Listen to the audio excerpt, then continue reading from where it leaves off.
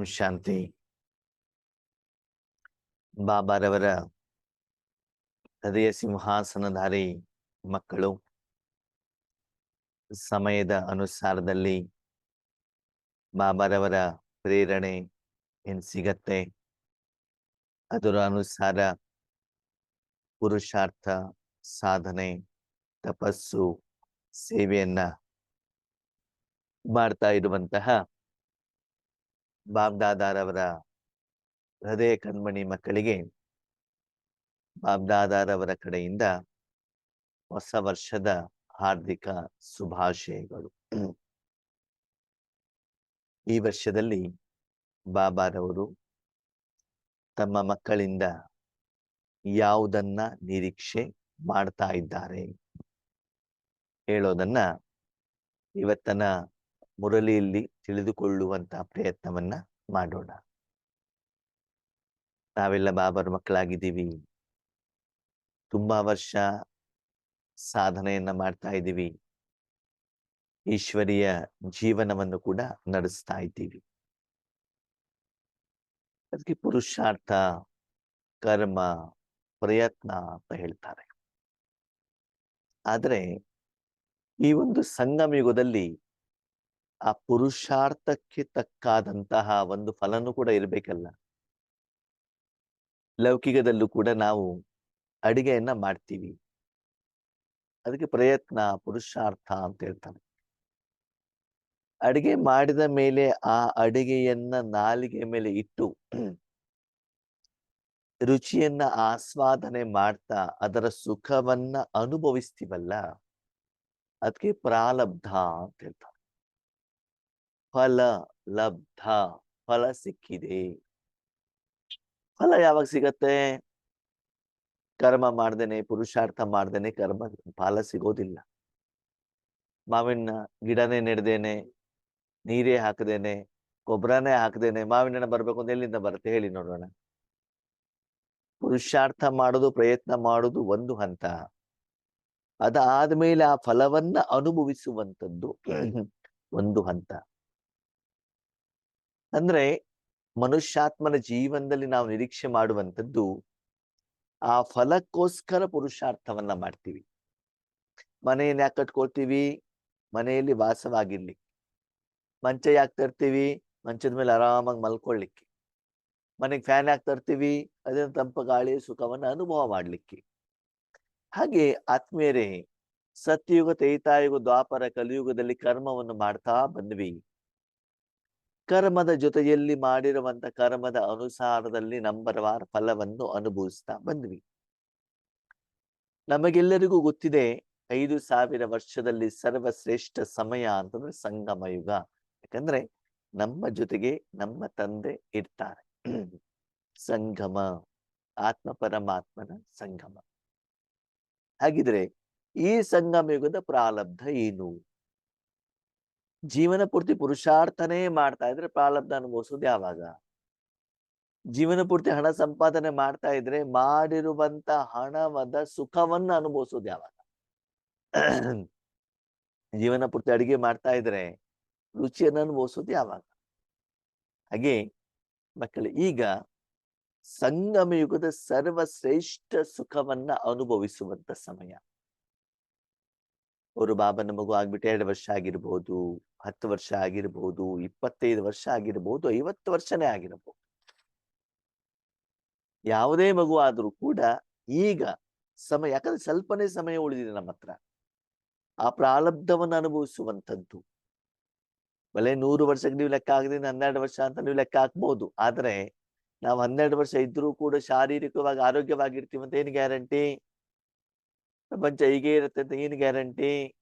ಈ ಶರೀರದಲ್ಲಿ ಇರ್ತೀವಿ ಅಂತ ಯಾವ ಗ್ಯಾರಂಟಿ ಇದೆ? ಇಲ್ಲ ತಾನೇ. ಅದಕ್ಕಾಗಿ ಸ್ವಲ್ಪ ಸಮಯ ಆ ಸಂಗಮಯುಗದ ಪ್ರಾರಬ್ಧವನ್ನು ಅನುಭವಿಸು. ಹಾಗೆ ನೀವೆಲ್ಲ ಕೇಳ್ತೀರಿ, ಅಣ್ಣವ್ರೆ ಪ್ರಾರಬ್ಧ ಅನುಭವಿಸೋದು ಅಂತಂದ್ರೆ, ನಾವೆಲ್ಲ ಬಾಬನ ಮನೆ ಬರೋ ಮೊದಲು ಹೆಂಚಿನ ಮನೆ ಇತ್ತು, ಇವಾಗ RCC ಮನೆ ಇದೆ, ಅದನ್ನ ಅನುಭವಿಸೋದಾ? ಬಟ್ಟೆ ಒಳ್ಳೊಳ್ಳೆ ಇಸ್ತ್ರಿ ಹಾಕೊಂಡ್ಬಿಟ್ಟು ಬಟ್ಟೆ ಹಾಕೊಂಡು ಅನುಭವಿಸೋದಾ? ಮದುವೆ ಮನೆಗಳು ಹೋಗ್ಬಿಟ್ಟು ಒಳ್ಳೊಳ್ಳೆ ಊಟ ಮಾಡ್ಕೊಂಡು ಅನುಭವಿಸೋದಾ? ಊರ್ ಸುತ್ಬಿಟ್ಟು ಊರ್ ನೋಡ್ಬಿಟ್ಟು ಅನುಭವಿಸೋದಾ? ಅದಲ್ಲ. ನಾನು ಭಗವಂತನ ಮಗು ಆದ್ಮೇಲೆ ನಾವು ಏನೇನು ಭಗವಂತನ ಹತ್ರ ಬೇಡ್ದಿವಿ, ಏನೇನು ಪಡ್ಕೊಂಡ್ವಿ, ಸ್ಥೂಲವಾಗಿ ಸೂಕ್ಷ್ಮವಾಗಿ, ವ್ಯಕ್ತಿಯ ರೂಪದಲ್ಲಿ, ಸಂಬಂಧದ ರೂಪದಲ್ಲಿ, ವಸ್ತುವಿನ ರೂಪದಲ್ಲಿ, ಹೆಸರು ಕೀರ್ತಿಯ ರೂಪದಲ್ಲಿ ಏನನ್ನ ಪಡ್ಕೊಂಡ್ವಿ ಅದನ್ನ ಅನುಭವಿಸೋದು. ಅದನ್ನು ಬಾಬಾ ಸ್ಪಷ್ಟವಾಗಿ ಹೇಳ್ತಿದ್ದಾರೆ. ಯಾವುದನ್ನ ಅನುಭವಿಸಬೇಕು? ಭಗವಂತ ನನಗೆ ಶಾಂತಿ ಕೊಡು ಅಂತ ಬೇಡಿದ್ವಿ. ನೀವು ವೈಯಕ್ತಿಕವಾಗಿ ಕೇಳಿರುವಂತಹ ಶಾಂತಿಯನ್ನು ಅನುಭವಿಸೋದ? ಯಾರಿಗೊಬ್ರಿಗೆ ಈಶ್ವರಿ ಜ್ಞಾನವನ್ನ ಕೊಡ್ತೀರಾ, ಅಕ್ಕೋರೆ ತುಂಬಾ ಚೆನ್ನಾಗಿದೆ ಜ್ಞಾನ, ಅವ್ರು ಹೇಳ್ತಾರ, ಹೊಗಳ್ತಾರೆ, ಅದನ್ನ ಅನುಭವಿಸೋದ? ಯಾವ್ದನ್ನ ಅನುಭವಿಸಬೇಕು? ಯಾವ ಫಲವನ್ನ ಅನುಭವಿಸಬೇಕು? ಅದನ್ನು ಬಾಬಾ ಮುರಳಿ ಸ್ಪಷ್ಟವಾಗಿ ಹೇಳ್ತಿದ್ದಾನೆ. ಏನ್ ಅನುಭವಿಸ್ಬೇಕು ನೋಡಿ. ಸಂಗಮ ಯುಗ ಅಂದ್ರೆ ನೀವು ಮತ್ತು ಬಾಬಾ ಇಬ್ಬರಿದಿರ್ತಾನೆ, ಇದಿರ್ತಾನೆ. ಇದು ಸಂಗಮ ಯುಗದ ಪ್ರಾಪ್ತಿ ಏನು? संगम युग की प्राप्तियों के प्रारब्ध का अनुभव करो. ಸಂಗಮ ಯುಗ ಪ್ರಾಪ್ತಿಯ ಪ್ರಾರಬ್ಧದ ಅನುಭವ ಮಾಡಿ. ಏನು ಸಂಗಮ ಯುಗದಲ್ಲಿ ತಂದೆ ಮತ್ತು ಮಕ್ಕಳ ಕರ್ತವ್ಯ ಏನು?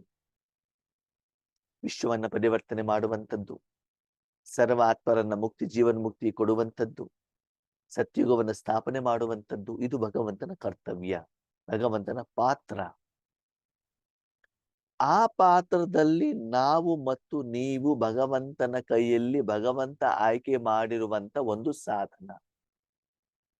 ಅಡಿಗೆ ಮನೆಯಲ್ಲಿ ಹೋಗ್ತೀರಿ, ಯಾವ ಪಾತ್ರನ ಆಯ್ಕೆ ಮಾಡ್ಬೇಕು ಅದು ನಿಮ್ಮ ನಿರ್ಧಾರ. ಪಾತ್ರೆ ಹೇಳೋದಿಲ್ಲ ನನ್ನ ತಗೊಂಡು ಟೀ ಮಾಡು, ಕಾಫಿ ಮಾಡು, ಅಡಿಗೆ ಮಾಡು, ಅನ್ನ ಮಾಡು, ಸಾಂಬಾರ್ ಮಾಡು ಅಂತ ಅದು ಹೇಳೋದಿಲ್ಲ. ಅದು ನಿಮ್ಮ ಆಯ್ಕೆ, ನಿರ್ಣಯ ನಿಮ್ದು ಆತ್ಮೀಯರೇ. ಹಾಗೆ ಕೋಟ್ಯಾಂತರ ಆತ್ಮಗಳೇ ಭಗವಂತ ನಮ್ಮನ್ನ ಆಯ್ಕೆ ಮಾಡಿದಾನೆ ಅವನ ಒಂದು ಮಹಾನ ಕಾರ್ಯಕ್ಕೆ. ಹಾಗಿದ್ರೆ ವರ್ತಮಾನ ಸಮಯದಲ್ಲಿ ನಮ್ಮ ಕರ್ತವ್ಯ ಏನು ಅಂತಂದ್ರೆ, 5000 ವರ್ಷಕ್ಕೆ ಬೇಕಾಗಿರುವಂತಹ ವರ್ತಮಾನ ಸಮಯದಲ್ಲಿ ಯಾವ ಯಾವ ಆತ್ಮರು ಪರಮಾತ್ಮನ ಹತ್ರ ಏನೇನು ಬೇಡಿದಾರೋ, ಏನನ್ನ ಕೇಳಿದಾರೋ, ಯಾವುದರ ಅವಶ್ಯಕತೆ ಅವರಿಗೆ ಇದೆಯೋ, ಅದನ್ನ ಭಗವಂತ ಕೊಡ್ಲಿಕ್ಕೆ ಇಷ್ಟ ಪಡ್ತಾ ಇದ್ದಾರೋ, ಅದನ್ನ ಭಗವಂತ ಅವನಲ್ಲಿರುವಂತ ಶಕ್ತಿಯನ್ನ ಕೊಡಲಿಕ್ಕೆ ನಿಮ್ಮ ತನುವನ್ನ, ನಿಮ್ಮ ಮನಸ್ಸನ್ನ, ನಿಮ್ಮ ಆತ್ಮವನ್ನ ಭಗವಂತ ಉಪಯೋಗ ಮಾಡಬೇಕು. ಅರ್ಥ ಮಾಡ್ಕೊಳ್ಳಿ. ವಿಶ್ವದಲ್ಲಿರುವಂತ ಸರ್ವರಿಗೆ, ನಿಮ್ಮ ನೆಂಟರಿಗೆ, ನಿಮ್ಮ ಪರಿಚಯದವರಿಗೆ, ನಿಮ್ಮ ಐಶ್ವರ್ಯ ಪರಿವಾರದವರಿಗೆ, ನಿಮ್ಮ ಬ್ಯಾಂಕ್ ಬ್ಯಾಲೆನ್ಸ್ಗೆ, ನಿಮ್ಮ ವಿಘ್ನಗಳಿಗೆ, ನಿಮ್ಮ ಜಮೀನಿಗೆ ಅಲ್ಲ. ಇವತ್ತಿನ ದಿನ ಭಗವಂತನಿಗೆ ಯಾವ ಯಾವ ಆತ್ಮಗಳು, ಮನುಷ್ಯಾತ್ಮರು ಇರ್ಬೋದು, ಬೇರೆ ಆತ್ಮಗಳಿರ್ಬೋದು, ಯಾರು ಬೇಕಾದ್ರೂ ಇರ್ಬೋದು, ಬೇಕು ಅಂತ ಯಾರ್ಯಾರು ಅಪ್ಲಿಕೇಶನ್ ಅನ್ನು ಹಾಕಿದಾರೋ, ಭಗವಂತ ಅವರ ಒಂದು ತಪಸ್ಸಿನ ಆಧಾರದಲ್ಲಿ, ಅವಶ್ಯಕತೆ ಅನುಸಾರದಲ್ಲಿ ಏನು ಕೊಡ್ಲಿಕ್ಕೆ ಇಷ್ಟ ಪಡ್ತಾ ಇದ್ದಾರೋ ಅವರಿಗೆ ನಿಮ್ಮ ಮೂಲಕ ಭಗವಂತ ಕೊಡಬೇಕು. ಆ ಕೊಡ್ತಾ ಇರೋದರ ಅನುಭವ ನಿಮ್ಗೆ ಆಗ್ಬೇಕು. ಅದಕ್ಕೆ ಬಾಬಾ ಹೇಳ್ತಾನೆ ಮಾಸ್ಟರ್ ದಾತ. ನೀವು ಕೇಳ್ತೀರಿ, ಅಣ್ಣವ್ರು ಇದೇನೋ ಅರ್ಥ ಆಗ್ಲಿಲ್ಲ, ನಿಮ್ ಭಾಷೆ ಸ್ವಲ್ಪ ಕ್ಲಿಯರ್ ಮಾಡಿ ಹೇಳಿ ಅಂತ. ಅದಕ್ಕೆ ಭಗವಂತ ಒಂದು ಸುಂದರವಾದ ಉದಾಹರಣೆ ಹೇಳ್ತಾನೆ. ನಿಮ್ಮ ಮನೇಲಿ ಒಂದು ಮದ್ವೆ, ನಿಮ್ಮ ಮಗಳ ಮದುವೆ 6 ತಿಂಗಳಿಂದ ರೆಡಿ ಮಾಡ್ತೀರಾ, ಅಡಿಗೆಯವರನ್ನ ಬುಕ್ ಮಾಡ್ತೀರಾ, ಕಲ್ಯಾಣ ಮಂಟಪವನ್ನು ಬುಕ್ ಮಾಡ್ತೀರಾ, ನಿಮ್ಮ ಆಪ್ತಿ ಇಷ್ಟರನ್ನ, ಸಂಬಂಧಿಗಳನ್ನ, ಪರಿಚಯದವರನ್ನ ಕರೆಸ್ತೀರಾ. ಮದುವೆ ದಿನ ಬಂತು, ನೀವು ಸ್ಟೇಜ್ ಮೇಲೆ ಇದ್ದೀರಿ, ಅಡಿಗೆಯವನಿಗೆ ಕಾಂಟ್ಯಾಕ್ಟ್ ಕೊಟ್ಟಿದ್ದೀರಿ, ಅಡಿಗೆಯವನು ಅಡಿಗೆ ಮಾಡಿದಾನೆ, ಅವನೇ ಊಟಕ್ಕೆ ಬಡಿಸ್ತಾ ಇದ್ದಾನೆ. ಅವನು ಮಾಡಿರುವಂತ ಅಡಿಗೆಯನ್ನು ನೀವು ತಿಂತಾ ಇದ್ದೀರಾ. ಸುಖವನ್ನ ನೀವು ಬಂದಿರುವಂತ, ನೀವು ಆಹ್ವಾನ ಮಾಡಿರುವಂತ ಎಲ್ಲ ಸಮಸ್ತ ಜನರು ಕೂಡ ಆಹಾರವನ್ನು ಸ್ವೀಕಾರ ಮಾಡ್ತಿದ್ದಾರೆ. ಬಂದ್ಬಿಟ್ಟು ಹೇಳ್ತಾ ಇದ್ದಾರೆ ಅಡಿಗೆ ತುಂಬಾ ಚೆನ್ನಾಗಿತ್ತು. ನಿಮ್ಮ ಹತ್ರ ಬಂದು ಹೇಳ್ತಾರೆ, ಅಡಿಗೆವನಿಗೆ ಹೋಗ್ಬಿಟ್ಟು ಹೇಳೋದಿಲ್ಲ, ಯಾಕಂದ್ರೆ ಕರೆದವ್ರು ನೀವು. ಹಾಗೆ ಆ ದಿನ ಅತಿಥಿ ಸತ್ಕಾರವಾಗತ್ತೆ. ಹಾಗಾದ್ರೆ ನೀವು ಅಡಿಗೆ ಮಾಡಿಲ್ಲ, ನೀವು ಅಡಿಗೆ ಬಡಿಸ್ತಾ ಇಲ್ಲ, ಬೇರೆಯವರಿಗೆ ನೀವು ಜವಾಬ್ದಾರಿಯನ್ನು ಕೊಟ್ಟಿದ್ದೀರಿ, ಅವರು ಆ ಕಾರ್ಯವನ್ನ ಮಾಡ್ತಾ ಇದ್ದಾರೆ. ಆದ ಧನ್ಯವಾದವನ್ನು ನಿಮಗೆ ಬಂದು ಹೇಳ್ತಾ ಇದ್ದಾರೆ. ಹಾಗೆಯೇ ನಿಮ್ಮ ತನುವಿನ ಮೂಲಕ ಆ ಭಗವಂತನ ಶಕ್ತಿ, ದಾತ ಭಗವಂತ, ನಿಮ್ಮ ಮೂಲಕ ಆ ಶಕ್ತಿ ಏನು ಪ್ರವಾಹ ಆಗ್ತಾ ಇದೆ ಅದ ಕಡೆ ಮಾತ್ರ ಗಮನ ಇರಬೇಕೆ ಹೊರತು ಬಾಬಾ ಅವ್ರಿಗೆ ಕೊಡು, ಇವರಿಗೆ ಕೊಡು ಅಂತ ಬಿಟ್ಟರೆ ನೀವು ಬೇಡುವ ಹಾಗ ಅಲ್ಲ, ಗಾಯನ ಮಾಡೋದಲ್ಲ. ನಮ್ಮ ಸದಾ ಸಹಯೋಗಿ ಬನ್ನು. ಆ ಕೊಡುವಂತ ಕಾರ್ಯದಲ್ಲಿ ನಾನು ಕೊಟ್ಟಿದ್ದೇನೆ ಹೇಳುವಂತ ಅಭಿಮಾನ ಬೇಡ, ಅಹಂಕಾರ ಬೇಡ. ದಾನ ಕೊಟ್ಟಿದ್ದೀನಿ, ನನ್ನ ಹಳೆ ಜನ್ಮ ಲೆಕ್ಕಾಚಾರ ಕ್ಲಿಯರ್ ಆಗ್ತದೆ ಅಂತ ಬೇಡ. ಇವಾಗ ನಾನು ಕೊಡ್ತಾ ಇದ್ದೇನೆ, ಸತ್ಯುಗೂ ತೆಗಿತಾ ಇದ್ದೇನೆ, ನನಗೆ ರಿಟರ್ನ್ ಸಿಗ್ತದೆ ಅಂತ ಬೇಡ. ಆ ಯಾವುದೇ ಭಾವ ಇಟ್ಕೊಳ್ದೇನೆ ನಾನು ಅವ್ರಿಗೆ ಕೊಡ್ತಾ ಇದ್ದೇನೆ ಅಷ್ಟೇ. ಸಹಯೋಗ, ತಂದೆ ಕಾರ್ಯ ನಾನು ಸಹಯೋಗ ಮಾಡಿದ್ದೇನೆ ಅಷ್ಟೇನೆ ಬಿಟ್ರೆ ಅವರಿಂದ ಯಾವುದೇ ರೀತಿಯ ಹೆಸರು, ಕೀರ್ತಿ, ಗಾಯನ ಅಥವಾ ಉಡುಗೊರೆ, ಮಾತು ಯಾವುದನ್ನು ನೀವು ನಿರೀಕ್ಷೆಯನ್ನ ಮಾಡಬಾರದು. ಸಂಕಲ್ಪದಲ್ಲೂ ನಿರೀಕ್ಷೆ ಮಾಡಬಾರದು. ಕೇವಲ ಭಗವಂತ ನಿಮ್ಮ ಮೂಲಕ ಏನು ಕೊಡ್ತಾ ಇದ್ದಾರೋ, ಏನು ಫ್ಲೋ ಆಗ್ತಾ ಇದೆಯೋ ಅದ ಕಡೆಗೆ ಮಾತ್ರ ಅನುಭವವನ್ನ ಮಾಡಿ. ಅದು ಯಾರಿಗೆ ಹೋಗ್ತಾ ಇದೆ, ಎಷ್ಟು ಹೋಗ್ತಾ ಇದೆ, ಹೇಗೆ ಕೊಡ್ತಾ ಇದ್ದಾರೆ, ಯಾವಾಗ ಕೊಡ್ತಾ ಇದ್ದಾರೆ, ಯಾವ ಉದ್ದೇಶಕ್ಕೋಸ್ಕರ ಕೊಡ್ತಾ ಇದ್ದಾರೆ, ಅದು ಯಾವ್ದಕ್ಕೆ ಉಪಯೋಗ ಮಾಡ್ಕೊಳ್ತಾ ಇದ್ದಾರೆ, ಅದು ಯಾವ ಚಿಂತೆನೂ ನಿಮಗೆ ಬೇಡ. ಕೇವಲ ಆ ಪ್ರಮಾಣದಲ್ಲಿ ಹೋಗ್ತಾ ಇದೆಯಾ, ನಿಮ್ಮ ಮೂಲಕ ಹೋಗ್ತಾ ಇದೆಯಾ. ಅಡಿಗೆ ನೀವು ಮದುವೆ ಮನೆ ಸ್ಟೇಜ್ ಅಲ್ಲಿ ಇರ್ತೀರಾ, ಬೆಳಿಗ್ಗೆ ಅಡಿಗೆ ಮನೆಯಲ್ಲಿ ಅಡಿಗೆ ಮಾಡಿದ್ದು ವಾಸನೆ ಬರ್ತದೆ, ಒಗ್ಗರಣೆ ಹಾಕಿರುವಂತ ಸುವಾಸನೆ ಬರ್ತದೆ. ಹಾಗೆ ನಿಮ್ಮ ಇಂದ್ರಿಯಗಳ ಮೂಲಕ ಭಗವಂತನ ಶಕ್ತಿ ಪ್ರವಾಹ ಆಗುವಂತ ಅನುಭವ ನಿಮ್ಗೆ ಆಗ್ಬೇಕು. ಈ ರೀತಿ ಪ್ರಾಪ್ತಿ ಅಂದ್ರೆ ವಿಶ್ವದ ಸರ್ವ ಜನರಿಗೆ ಅವಶ್ಯಕತೆ ಇರುವಂತ ಶಕ್ತಿಯನ್ನ ಭಗವಂತ ಕೊಡ್ತಾ ಇದ್ದಾನೆ. ಅದು ನಿಮ್ಗೆ ಅನುಭವ ಆಗ್ತಾ ಇದೆ. ನೀವು ಬೇಡವಾಂಗಿಲ್ಲ ಅವ್ರಿಗೆ ಅದನ್ನು ಕೊಡಿ ಇದನ್ನು ಕೊಡು ಅಂತ ಕೇಳುವಂಗಿಲ್ಲ. ಈಗ ನೋಡಿ ದೇವಸ್ಥಾನದಲ್ಲಿ ಪೂಜೆ ಆಗತ್ತೆ, ಬ್ರಾಹ್ಮಣ ಏನ್ ಮಾಡ್ತಾನೆ, ಪೂಜೆ ಎಲ್ಲ ಮುಗಿದ್ಮೇಲೆ ಭಕ್ತರು ಕೈ ಹಿಡಿತಾ ಇರ್ತಾನೆ, ಪ್ರಸಾದ ಕೊಡ್ತಾ ಹೋಗೋದಷ್ಟೇ. ಯಾರು ಪೂಜೆ ಮೊದ್ಲು ಬಂದಿದಾರೋ, ಪೂಜೆ ಸಮಯದಲ್ಲೇ ಬಂದಿದಾರೋ, ಎಷ್ಟು ದಕ್ಷಿಣೆ ಹಾಕಿದಾರೋ, ಯಾರು ಡೊನೇಷನ್ ಮಾಡಿದ ಬಿಟ್ಟು ಏನು ಇಲ್ಲ, ಯಾರ್ಯಾರು ಕೈ ಹಿಡಿದ್ರೆ ಅವ್ರು ಕೊಡ್ತಾ ಹೋಗೋದಷ್ಟೇ. ಒಳಗಡೆಯಿಂದ ದೇವ್ರ ಕೋಣೆಯಿಂದ ತಗೊಂಡು ಬರೋದು ಕೊಡೋದು ಅಷ್ಟೇ. ಮುಖಾನು ನೋಡುವಂಗಿಲ್ಲ, ಸ್ತ್ರೀನೋ ಪುರುಷರು, ಚಿಕ್ಕ ಮಗುನೋ, ಹಿಂದೂನೋ ಮುಸ್ಲಿಮೋ, ಬಡವರು ಏನು ನೋಡುವಂಗಿಲ್ಲ, ಅಷ್ಟು ಬ್ಯುಸಿ. ಅದಲ್ಲೇ ಖುಷಿಯನ್ನ ಪ್ರಾಪ್ತಿ ಮಾಡ್ತಾನೆ ಆ ಬ್ರಾಹ್ಮಣ. ಹಾಗೆ ಇದಕ್ಕೆ ಬೆಳ್ತಾರೆ ಪ್ರಾಪ್ತಿ ಅಂದ್ರೆ ನೀವೇನೋ ಭಗವಂತನ ಹತ್ರ ಇಚ್ಛೆ ಇಟ್ಟು ಅದು ಭಗವಂತನನ್ನ ಈಡೇರಿಸಿದ್ರು ಅಂತ ಆ ಖುಷಿಯಲ್ಲಿ ಸ್ವಸ್ವಾರ್ಥದ ಸುಖದ ಅನುಭೂತಿಯೆಲ್ಲ ಸರ್ವರಿಗೆ ಭಗವಂತ ಏನು ಕೊಡ್ತಾ ಇದ್ದಾನೆ ಅದರ ಒಂದು ಪ್ರಾರಬ್ಧ. ಅಂದ್ರೆ ಆ ಮಹಾನ್ ಕಾರ್ಯಕ್ಕೆ ಭಗವಂತ ನಿಮ್ಮನ್ನು ಉಪಯೋಗ ಮಾಡಬೇಕು. ಯಾವಾಗ ನೀವು ನಿಮ್ಮ ಮನಸ್ಸನ್ನ ಪರಮಾತ್ಮನಿಗೆ ಕೊಡ್ತಿರೋ ಆ ಸಮಯದಲ್ಲಿ ಇಂಥ ಮಹಾನ್ ಕಾರ್ಯಕ್ಕೆ ಬಾಬಾ ನಿಮ್ಮನ್ನ ಅನುಭವ ಮಾಡಬೇಕು. ಅದು ದಿನದಿಂದ ದಿನಕ್ಕೆ ಪ್ರಮಾಣ ಏನಾಗ್ತಾ ಹೋಗ್ಬೇಕು, ಹೆಚ್ಚಿಗೆ ಆಗ್ತಾ ಇರಬೇಕು, ಸ್ಥಿತಿ ಇಂಪ್ರೂವ್ಮೆಂಟ್ಸ್ ಆಗ್ತಾ ಇರಬೇಕು. ಅದಕ್ಕಾಗಿ ಈ ಭಾಗ್ಯವನ್ನ ನೀವೇ ರೆಡಿ ಮಾಡ್ಕೊಳ್ಬೇಕು ಅಂತ ಹೇಳ್ತಿದ್ದಾರೆ. ಈ ರೀತಿ ಈ ಮುಂದಿನ ವರ್ಷ ಪ್ರಾರಬ್ಧದ ಕಡೆ ಗಮನವನ್ನ ಕೊಡಿ. ಕಲ್ಯಾಣ ಮಂಟಪ ಮದುವೆ ದಿನದವರೆಗೂ ಪುರುಷಾರ್ಥ, ಮದುವೆ ದಿನ ಏನು ಪ್ರಾರಬ್ಧ. 1ರಿಂದ 30ನೇ ತಾರೀಕುವರೆಗೆ ಕೆಲಸ ಮಾಡ್ತೀರಿ, 31ನೇ ತಾರೀಕಿಗೆ ಹಣ ಕೈಯಲ್ಲಿ ಬರ್ತದೋ ಫಲ ಸಿಗ್ತದೋ ಆ ದಿನ ತಗೊಂಡೋಗಿ ಹಣ್ಣು ತಗೊಳ್ಳೋದು, ಬಾಯಿಗೆ ತಗೊಳ್ಳೋದು, ಬಟ್ಟೆ ತಗೊಳ್ಳೋದು, ಅದೇನು ಪ್ರಾರಬ್ಧ ಫಲ ಸಿಕ್ಕಿದೆ. ಅದಕ್ಕೆ ಭಗವಂತನಿಂದ ಏನು ಶಕ್ತಿ ಪ್ರವಾಹ ಆಗ್ತಾ ಇದೆ ಅದರ ಕಡೆ ಗಮನವನ್ನ ಕೊಡಿ. ಅದನ್ನು ಬಾಬಾ ಹೇಳ್ತಾ ಇರುವಂತದ್ದು. ಇವತ್ತು ಭಾಗ್ಯ ವಿಧಾತ ತಂದೆ ತಮ್ಮ ಶ್ರೇಷ್ಠ ಭಾಗ್ಯವಂತ ಮಕ್ಕಳನ್ನ ನೋಡ್ತಾ ಇದ್ದಾರೆ. ಬಾಬಾ ಸ್ಪಷ್ಟವಾಗಿ ಹೇಳ್ತಾರೆ, ಯಾವುದೇ ಮಗುವು ಕೂಡ ನಾನು ಭಾಗ್ಯವನ್ನ ಫ್ರೀಯಾಗಿ ಕೊಡೋದಿಲ್ಲ. ಭಾಗ್ಯ ಪಡೆಯುವಂತ ವಿದ್ಯೆ, ವಿಧಿ, ವಿಧಾನವನ್ನ ಕೊಡ್ತೇನೆ. ಅದರ ಆಧಾರದಲ್ಲಿ ಅವರ ಭಾಗ್ಯವನ್ನೇ ಅವರೇ ರೆಡಿ ಮಾಡಿಕೊಳ್ಳಬೇಕು. ಒಂದು ವೇಳೆ ಭಗವಂತ ಈ ಮುರಳಿಯಲ್ಲಿ ಹೇಳಿರುವಂತ ಸಾರದ ರೂಪದಲ್ಲಿ ನೀವು ಅವನ ಕೈಯಲ್ಲಿ ಒಂದು ಸಾಧನವಾಗಿದ್ದೇ ಆದರೆ ಅವನ ಕಾರ್ಯದ ಮಧ್ಯದಲ್ಲಿ ಎಲ್ಲೂ ಕೂಡ ಬರಬಾರದು, ಜಡ ಸಾಧನವಾಗ್ಬೇಕಷ್ಟೇ. ಕೇವಲ ಇವಾಗ ನೋಡಿ, ಒಂದು ಪಾತ್ರೆ ಬೆಂಕಿ ಮೇಲಿದೆ, ಪಾತ್ರೆ ಏನ್ ಮಾಡ್ತಾ ಹೇಳಿ ನೋಡೋಣ, ಬೆಂಕಿ ಅನುಭವ ಮಾಡ್ತಾ ಇರ್ತಾರೆ ಅಷ್ಟೇ ತಾನೇ, ಮತ್ತೇನಾದ್ರು ಮಾಡ್ಲಿಕ್ಕೆ ಆಗತ್ತ ಅದಕ್ಕೆ? ಇಲ್ಲ. ಅದೇ ಪಾತ್ರೆಯನ್ನು ಫ್ರಿಜ್ ನಲ್ಲಿ ಇಟ್ಟರೆ ತಂಪಿನ ಅನುಭವ ಮಾಡ್ತಾ ಇರ್ತಾರೆ ಅಷ್ಟೇ. ನೀವು ಮನಸ್ಸನ್ನು ಪರಮಾತ್ಮನಲ್ಲಿ ಕೊಟ್ಟಿದ್ದೀರಿ ಅಂದ್ರೆ ಪರಮಾತ್ಮ ಏನು ಗುಣ ಇದೆ ಅದು ಅನುಭವ ಮಾಡ್ತಾ ಇರ್ಬೇಕು ಅಷ್ಟೇ. ಅದ್ ನಾನು ಭೂಮಿ ಕೊಡ್ತಾ ಇದ್ದೇನೆ, ಗಿಡಕ್ಕೆ ಕೊಡ್ತಾ ಇದ್ದೇನೆ, ನೀರಿಗೆ ಕೊಡ್ತಾ ಇದ್ದೇನೆ, ವ್ಯಕ್ತಿ ಕೊಡ್ತಾ ಇದ್ದೇನೆ, ಆತ್ಮ ಕೊಡ್ತಾ ಇದ್ದೇನೆ, ಪೇಷಂಟಿಗೆ ಕೊಡ್ತಾ ಇದ್ದೇನೆ ಅಲ್ಲ. ಇದನ್ನು ಕೂಡ ಬಾಬಾ ಏನ್ ಹೇಳಿದ್ದಾರೆ, ನಾನು ಸೆಂಟರಿಗೆ ಕೊಡ್ತಾ ಇದ್ದೇನೆ, ಲೌಕಿಕ ಪರಿವಾರ ಕೊಡ್ತಾ ಇದ್ದೇನೆ. ಆ ಒಂದು ಏನು ಸಣ್ಣ ಪ್ರಮಾಣದ ಹದ್ದಿನ ಭಾವನೆಯನ್ನು ಕೂಡ ನಿಮ್ಮಲ್ಲಿ ಬರಬಾರದು. ಯಾರಿಗೆ ಕೊಡಬೇಕು ಅಂತ ನಿರ್ಣಯ ಸಂಕಲ್ಪನು ಕೂಡ ಭಗವಂತನೇ ಮಾಡಬೇಕಾಗ್ತದೆ. ಒಂದು ವೇಳೆ ಈ ರೀತಿ ನೀವೇನಾದ್ರೂ ಮಾಡಿದ್ರೆ ಆ ಬಳಿಕ ಇದರ ಫಲದಿಂದ 5,000 ವರ್ಷ ನೀವು ಖುಷಿಯಾಗಿರ್ತೀರಿ. ಇದರ ಫಲ 21 ಜನ್ಮ ಅಂತೂ ಆರಾಮಾಗಿರ್ತೀರಿ. ಸತ್ಯುಗ, ತ್ರೈತಾಯುಗದಲ್ಲಿ, ಸಂಗಮ ಯುಗದಲ್ಲೂ ಕೂಡ. ದ್ವಾಪರ ಕಲಿಯುಗದಲ್ಲಿ ನಿಮ್ಮನ್ನೇನ್ ಮಾಡ್ತಾರೆ, ಪೂಜೆ ಮಾಡ್ತಾರೆ. ಪೂಜೆಗೆ ಯೋಗ್ಯರನ್ನಾಗಿ ಆಗ್ತೀರಾ ನೀವು. ಅದೆಲ್ಲದಕ್ಕೂ ಆಧಾರ ಇವತ್ತಿನ ಈ ಒಂದು ಪ್ರಾರಬ್ಧ ಫಲ. ಯಾರಿಗೇನು ಕೊಡ್ತಾ ಇದ್ದೀರಿ ಅದನ್ನ ಅನುಭವಿಸುವಂತದ್ದು, ಪುರುಷಾರ್ಥದ ಕಡೆಗಲ್ಲ.